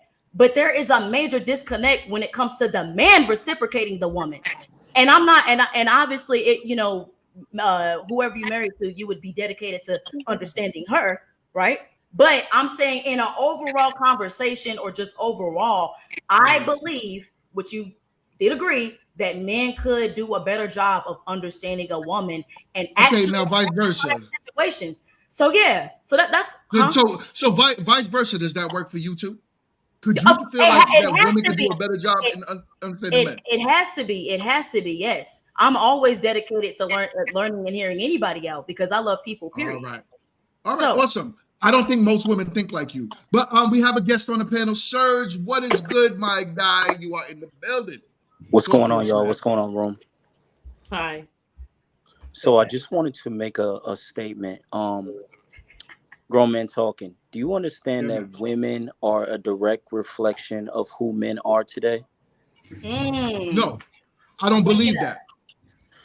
I don't believe that. Let me. Okay, you don't. Okay, I'm gonna help you see it. Are men the leaders? We're supposed to be, but women have to allow men to lead. No, in every society, women choose to lead in other societies because they were taught that way. Our women weren't taught that. I'm not minimizing the fact that they are doing things for sure. Like we talk about the leaving the relationship part. I'm not minimizing that. They definitely do that. But men don't pick women that flake on relationships. Boys that are incomplete get flaked on by women because they're incomplete. And women have an innate sensor in them given to them by God that when weak men bend to them, usually it's through sex because that's men's biggest weakness. Women don't like weak men at all. Strong men don't bend to women based off their physical or anything that they offer sexually. Strong men make commitments. Women are reflecting who men are. The reason why they can't listen is because we don't listen to our head. The reason why they out of orders because we out of order with our head. This is why I got off the red pill because they got everything right but the spirituality. They want to talk about money, but they don't want to talk about how we lead them spiritually. But and listen, can I jump in real quick because I actually tried to make that point earlier. Let me address that. Let me address that point earlier. MRT, let me address that. So okay. Serge, you know you're my guy. I rock with some things you say. Don't pre it. Just lay it on me. I gotta pre it on you. You know what I'm saying? Do I believe that men are supposed to lead their families as far as the head and as far as following God goes? Yeah, right. But as far as everything else you're saying, a woman has to allow in every culture, right? Women know that they have to allow their man to lead their relationship because every woman says, I want a leader for the most part. So then now, the Black culture is different. Us men, me, you, were primarily raised by who? Moms. Right. So if that's being said, if the mom was choosing a man that did not commit to her, that did not choose to be her leader, she didn't want that. She didn't care about that. Now, here goes the kids in our age bracket now, 40s, 50s. Here we are today, don't even understand how to lead because we were never taught that by the men in our past because we had no men in our past. There were no men teaching us what to do. So who's to blame? You're playing the chicken or the egg when you talk like that. But when you play that, you got to be very careful. And when you dissect it, because when you dissect something like that, you have to now say, okay, well, who's to blame? You're going to put it on the men, really? When we have no sense of leadership. Prior to 1960, we were married at an 80% rate. We were married higher than white people. The moment the feminist movement dropped, the moment the government dropped welfare and they dropped all of that stuff, the women said, I don't need a man anymore. And it was by design. It was by design. Because to break a community, you separate the man from it. Yep. You know about that whole welfare system that happened in most major cities where if a woman lived in a project, she could not have a husband in the house for her.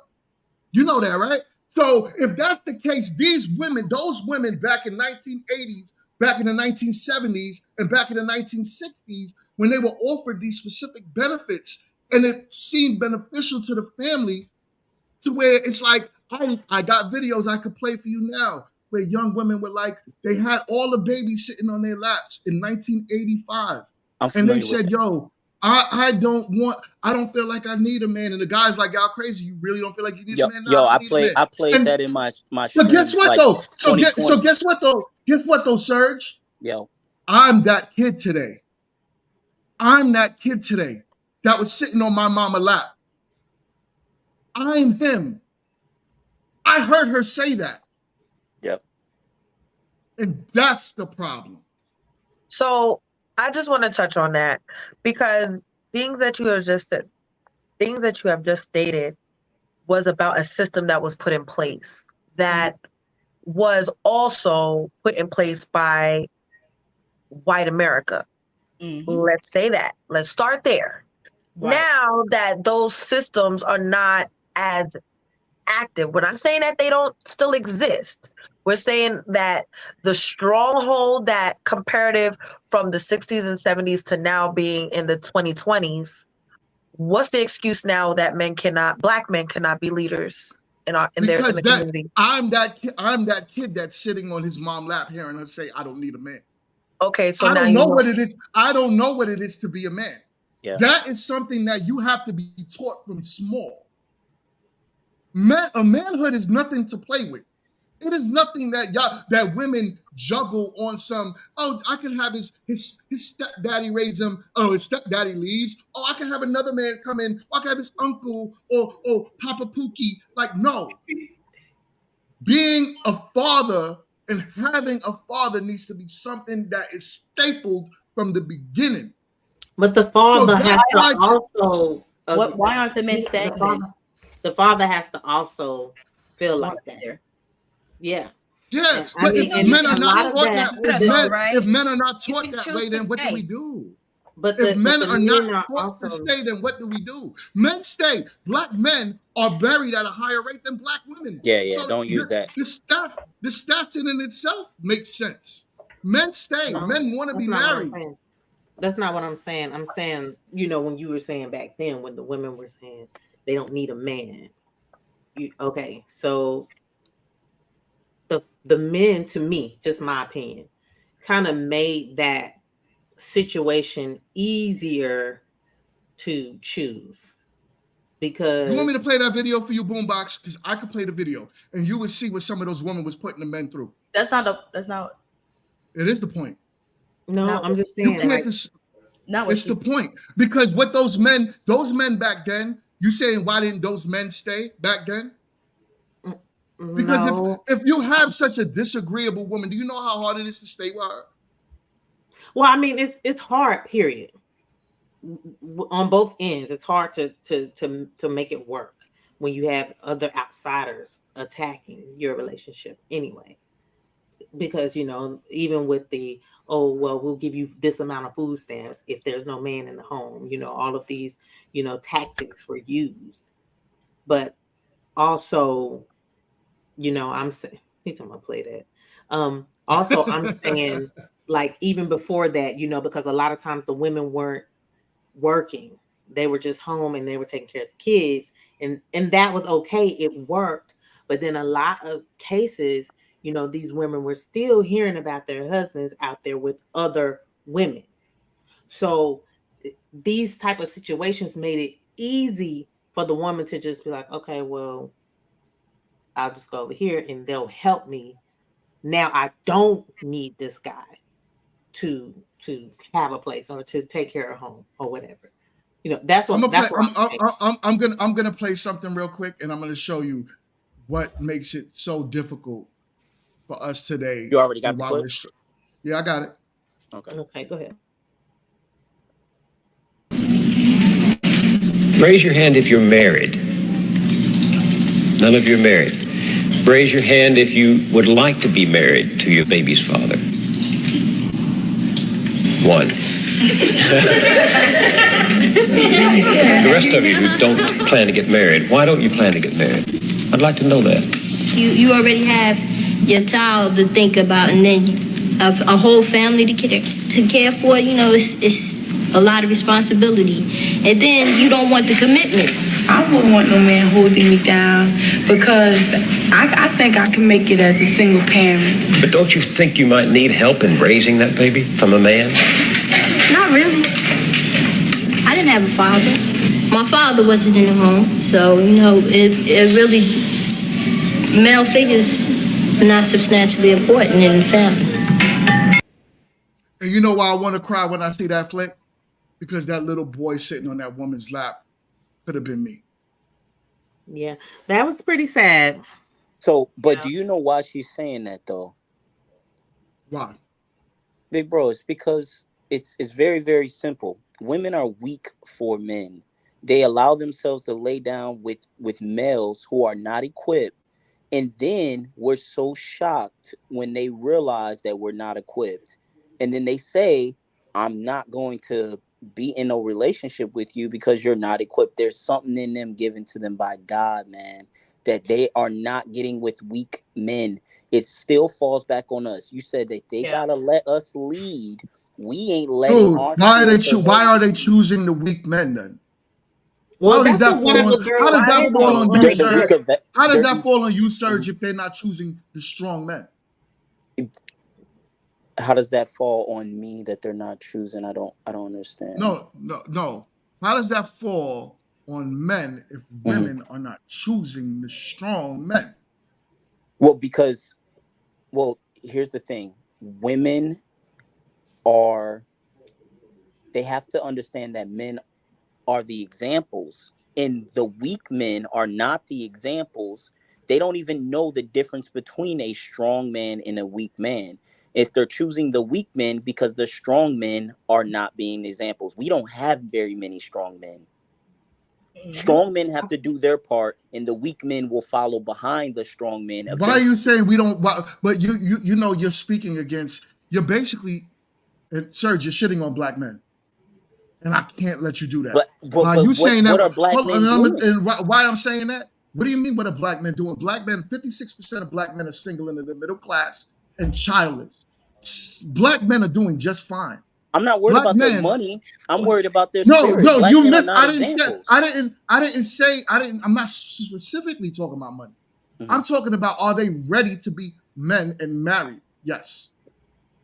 So to sit there and say that men in general, black men, and I'm putting it on black, are not doing fine in the dating market and not ready to be husbands when we are married at a higher rate than our lady counterpart?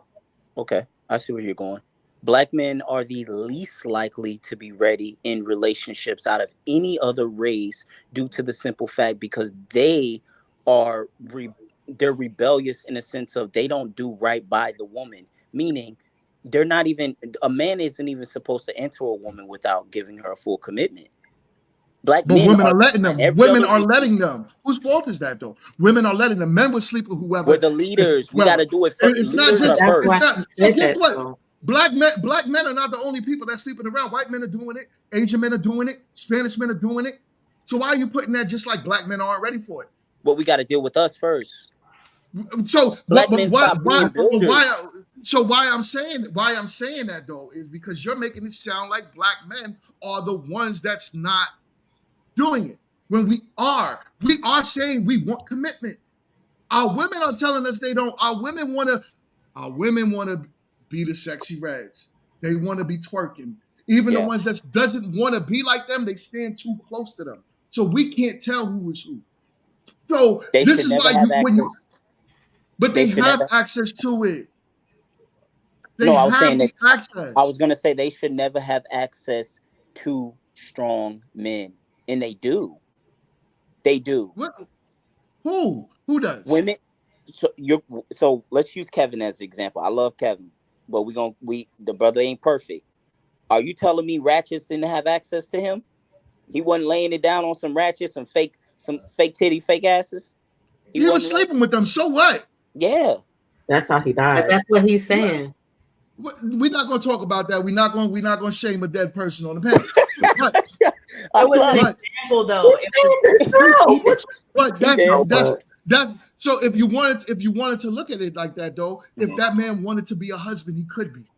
He could have been, because we hold the keys to being husbands. We hold the key. Women hold the key to sex. We hold the key to marriage. So knowing that Black men are married at a higher rate, but they're not always married to Black women. Like a lot of times, because those Black men are saying, guess what? I can't find an agreeable Black woman, so I want to be a husband. But best believe most Black men, you are our first choice. Yeah, and when you guys talk about Black men not being married to Black women know innately if they can't deal with her, he ain't gonna deal with no woman. For real. That's a huge settle.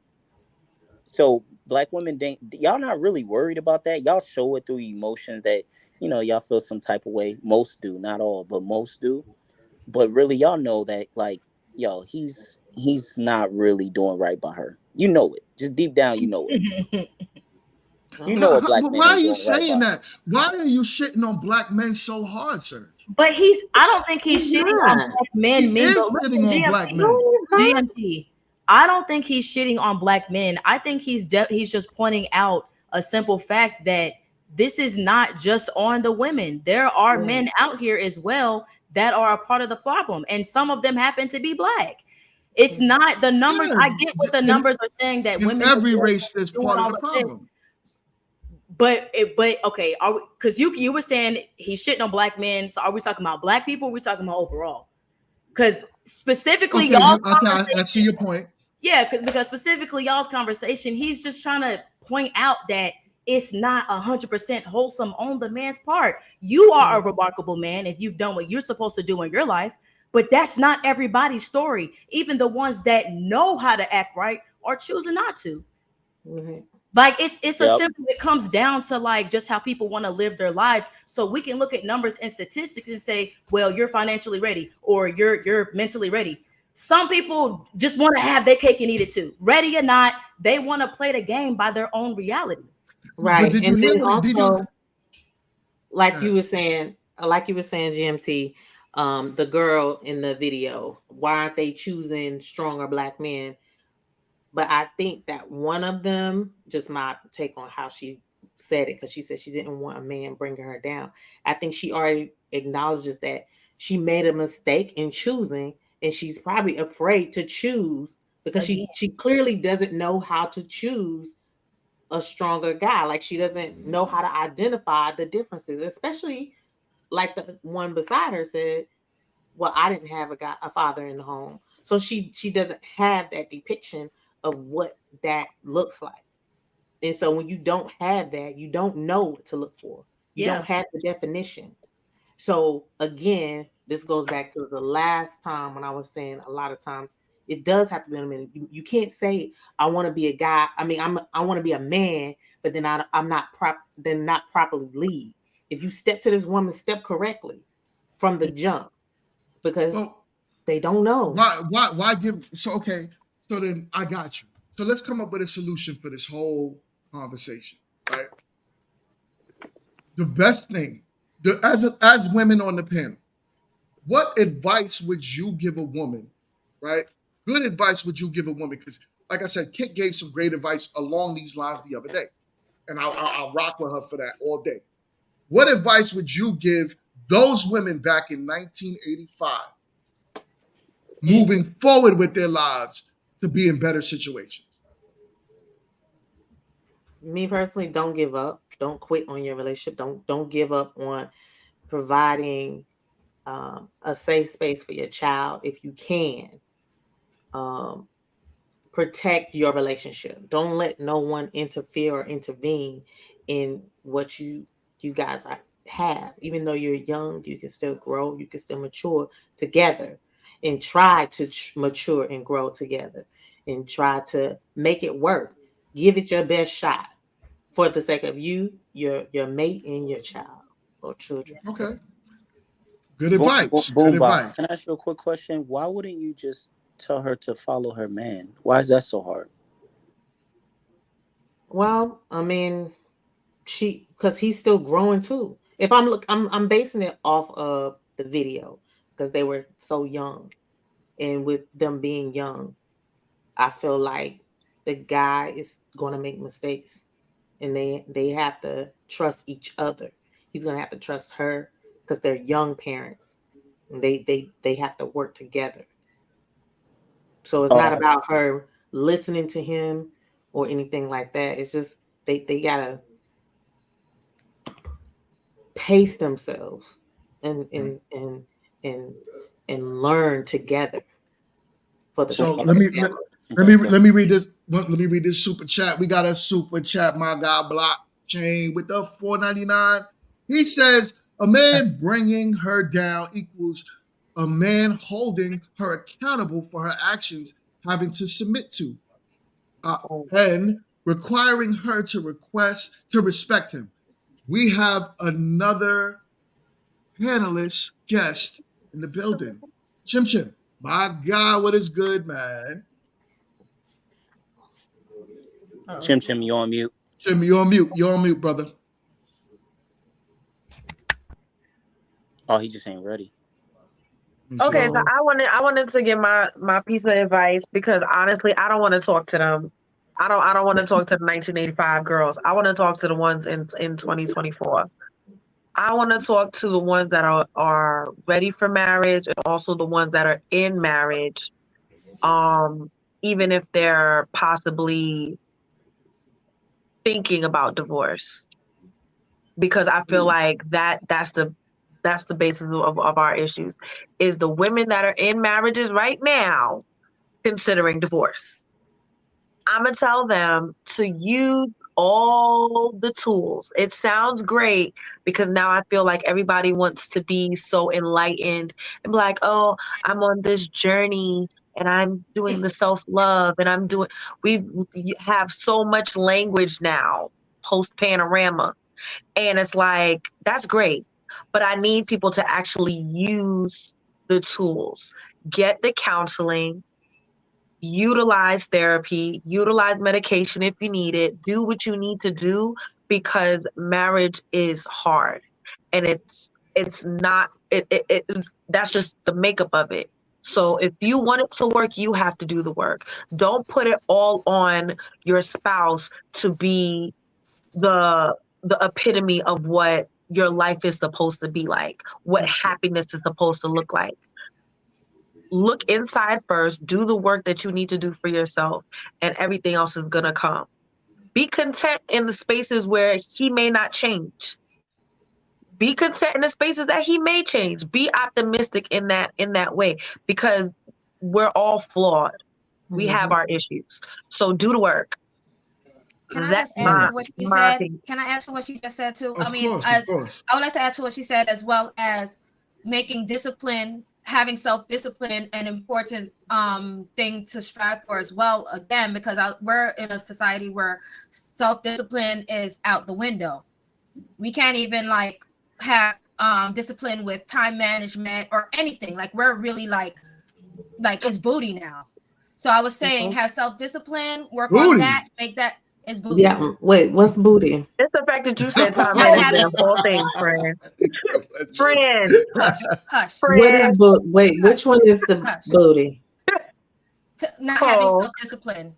Oh, okay. Like self-discipline has gone out the window. We're not disciplined, like the way we eat, the way we just even communicate, like everything that we do have discipline and have, emotional regulation important. There's a lot of things that we need to focus on as well before we even consider getting with someone, procreating, all of that. There's a lot more that comes before. So even within, are you saying those things still need to be worked on even within a marriage before even sitting down and considering? Well, discipline should be before the marriage. You should work on discipline before the marriage. But you're already in it now. Because when you have self-discipline, you can't even talk about entering into a monogamous thing without discipline. Like, you have to have discipline. Either way you put it. She's right. I'm with that. That's all I'm with that. No, I agree. I'm with that. I was disciplined enough. I ate all my grapes. You've been finished those grapes. You ate those grapes an hour ago. You know what I'm saying? I was disciplined. I was just showing what my discipline looks like. You got to finish your grapes. You can't just leave. Don't leave a grape behind. This is what you call good discipline. I agree, Jess. I'm disciplined. So, Kit, what would your advice be? Okay, you don't got to talk to the 1985 lady. Let's talk to the 2004. Where are we at? 2024 lady. But I mean, even in 1985, that's still a problem that exists today. I agree. Mm-hmm. I agree. Still present. So, I'm giving advice to which year? Whatever year you see fit. I was just wow. Try year 3000. I'm playing. I'm about to say, if that's the case, find your ticket to Mars and get the off this joint. Because look, I'm trying to be on the red planet. Okay, I'm still waiting for there. I smell like a human now because they dropped me off and now they can't smell me to find me to take me home. I'm just stuck here. Okay. I still don't think you're a human though, but we here with you though. Exactly. So the grapes are kicking in, Kit. Yeah, but the grapes are kicking in. You said what? The grapes are kicking in. Oh, girl, I had grapes earlier. Anywho, my advice would be, oh boy, we touched so many different subjects, and we're just talking about in the realms of like what is it? What kind of advice? To what year? Let me make sure I know what I'm. Any year to the woman that is contemplating divorce without doing the work. I would tell her to, for one, understand that the work is necessary to understand if whether or not your feelings are just that. Are they feelings that are valid as far as of what's going on, or are they just feelings in the moment because whatever particular need or emotion isn't being sufficiently met is clouding your actual judgment? I guess the bigger thing I would say is don't make a lifetime decision on a temporary feeling. That's awesome advice. Love it. I'm good at this. I just want to make sure I was saying. Don't worry about me. But no. When we make decisions on temporary feelings, later on, the repercussions of that can be so much greater than had we stood fast in the moment to work with, our partner and what we're doing. I would personally, that would be my advice. Like, now if you've done the work and you've persevered through and, you still see that, I don't want to say you made a mistake, but maybe you realize things about you or your partner that weren't aligned from the beginning, but you just saw it. I personally feel like some people put on the rose-colored glasses because, like a lot of women, we have a tendency, like, we can change them. We can fix this, right? So, once you take those rose-colored glasses off, if it's not working and you did the work, then then you can look at leaving and seeing what's better. But my ultimate advice is just don't make a permanent decision on a temporary feeling. Boom. We have a guest in the building. Chim, what's good, man? Could you hear us this time? Yeah, sorry, I was driving and trying to sort it out.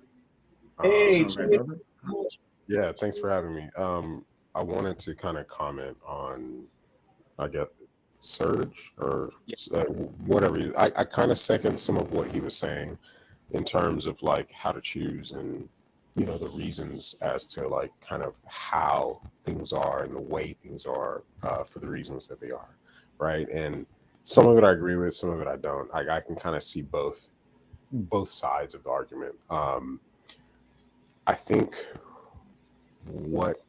and my wife said it best one time. I never really thought of it this way. Like I was raised by, a woman who is from the South, deep South, Mississippi, the butthole of the freaking South, and then a father who is from Africa, right? And so the dynamics are like super different.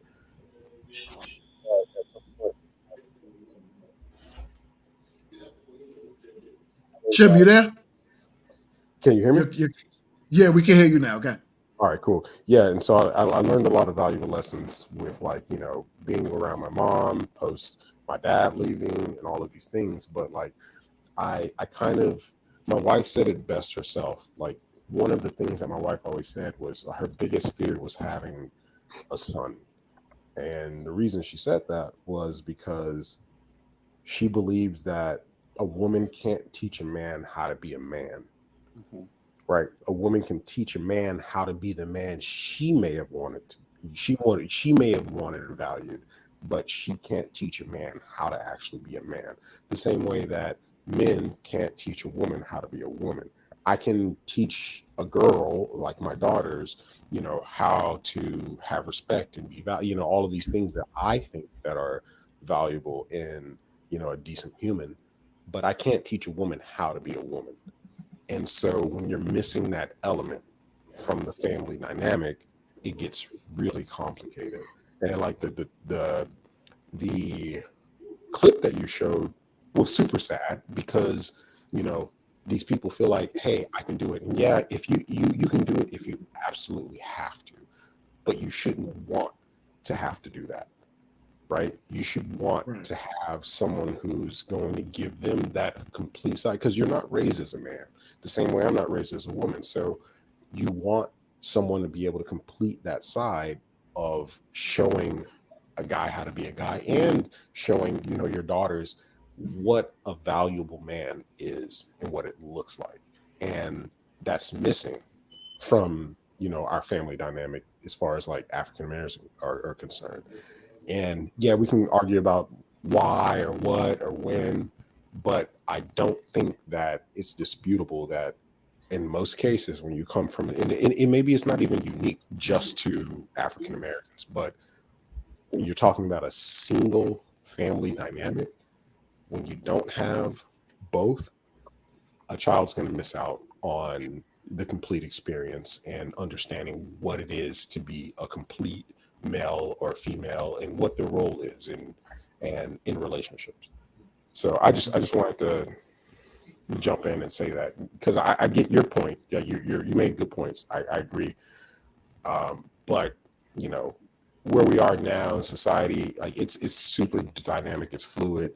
There are women and there are men who can do it on their own, but that should not be the future, right? That's a byproduct, right? It shouldn't be the future. Hey, Chim, can you tell me what part you disagreed on?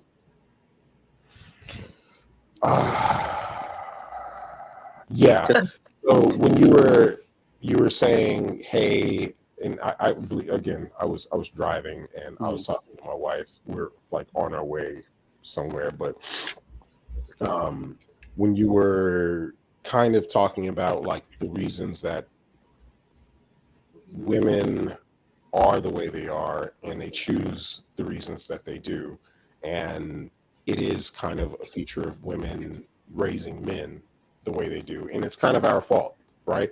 Like I agree with that. Some of it's also Where I disagree is like some of those things that you mentioned were kind of a byproduct of like how society is kind of shaping what a man of value is, right? Like the Andrew Tates and like you said it yourself, like the red pill kind of stuff, right?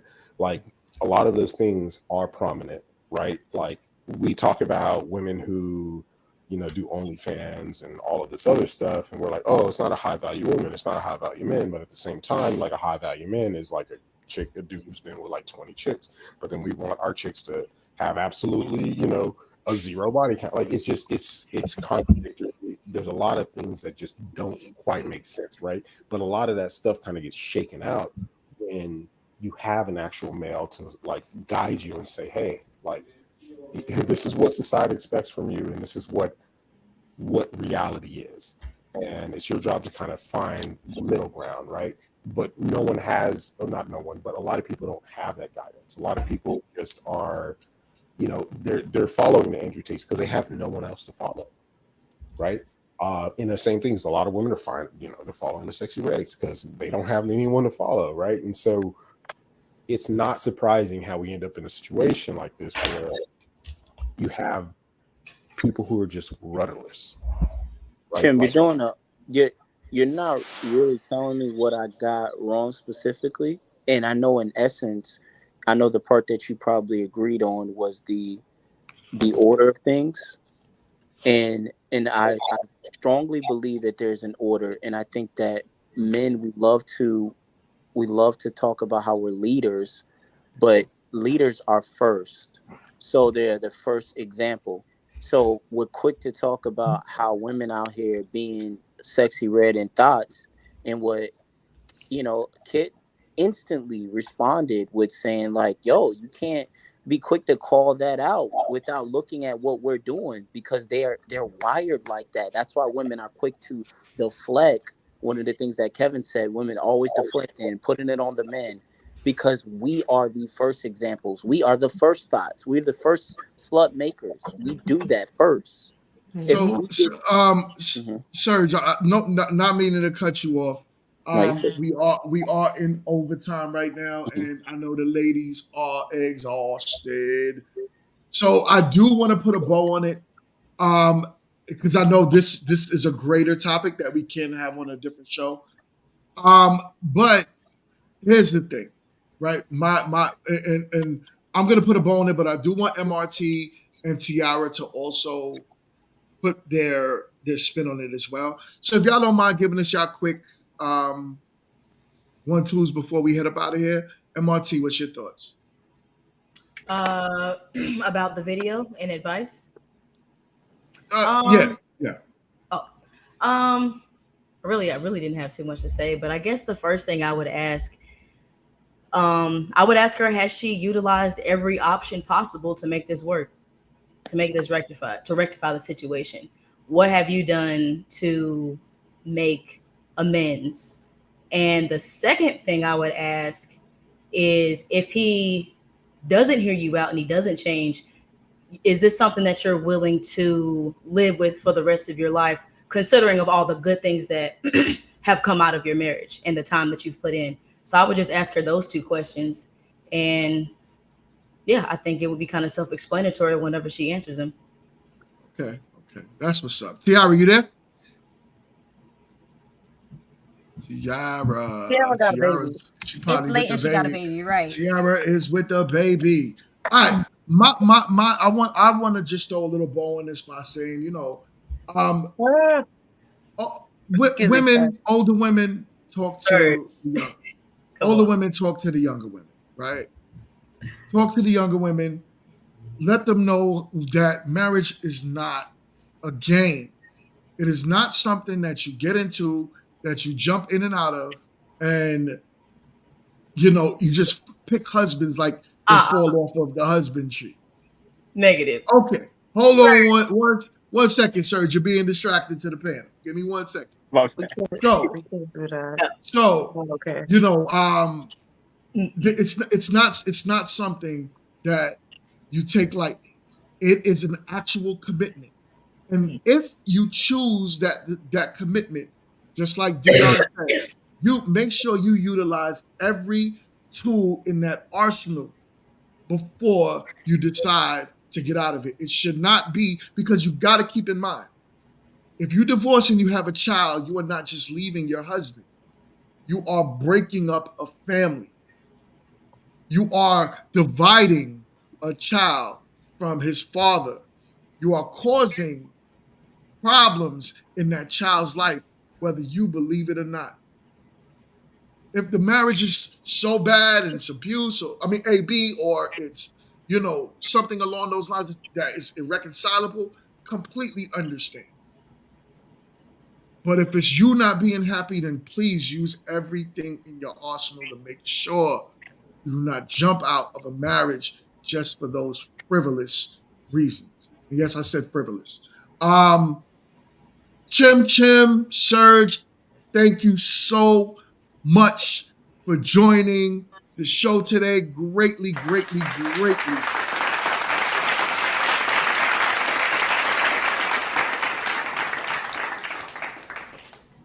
Definitely of values, and of course, we are all not going to see the same. We're not going to see eye to eye. Ladies, I do value everything you guys offer. When I say don't listen to women, I'm not talking about y'all.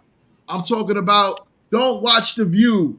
Don't watch those talk shows. Stay away from certain therapists that's telling you it's about your happiness and that's it. Stay away from those women. That's what I'm talking about. Listen to women like, get some advice from Dion, get some advice from Kid. Boombox spitting bars. You know what I'm saying?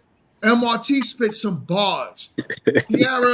Tiara said that Cardi B is the next president, so I don't know. And justified spit bars. But when I say to speak to the younger women, I mean speak to the younger women, let them know that marriage is not a joke. It is not for the weak either. So, on that note, I am going to end the show. Thank y'all so much, ladies. This was a great show. You guys did awesome. Once again, let's give y'all a round of applause.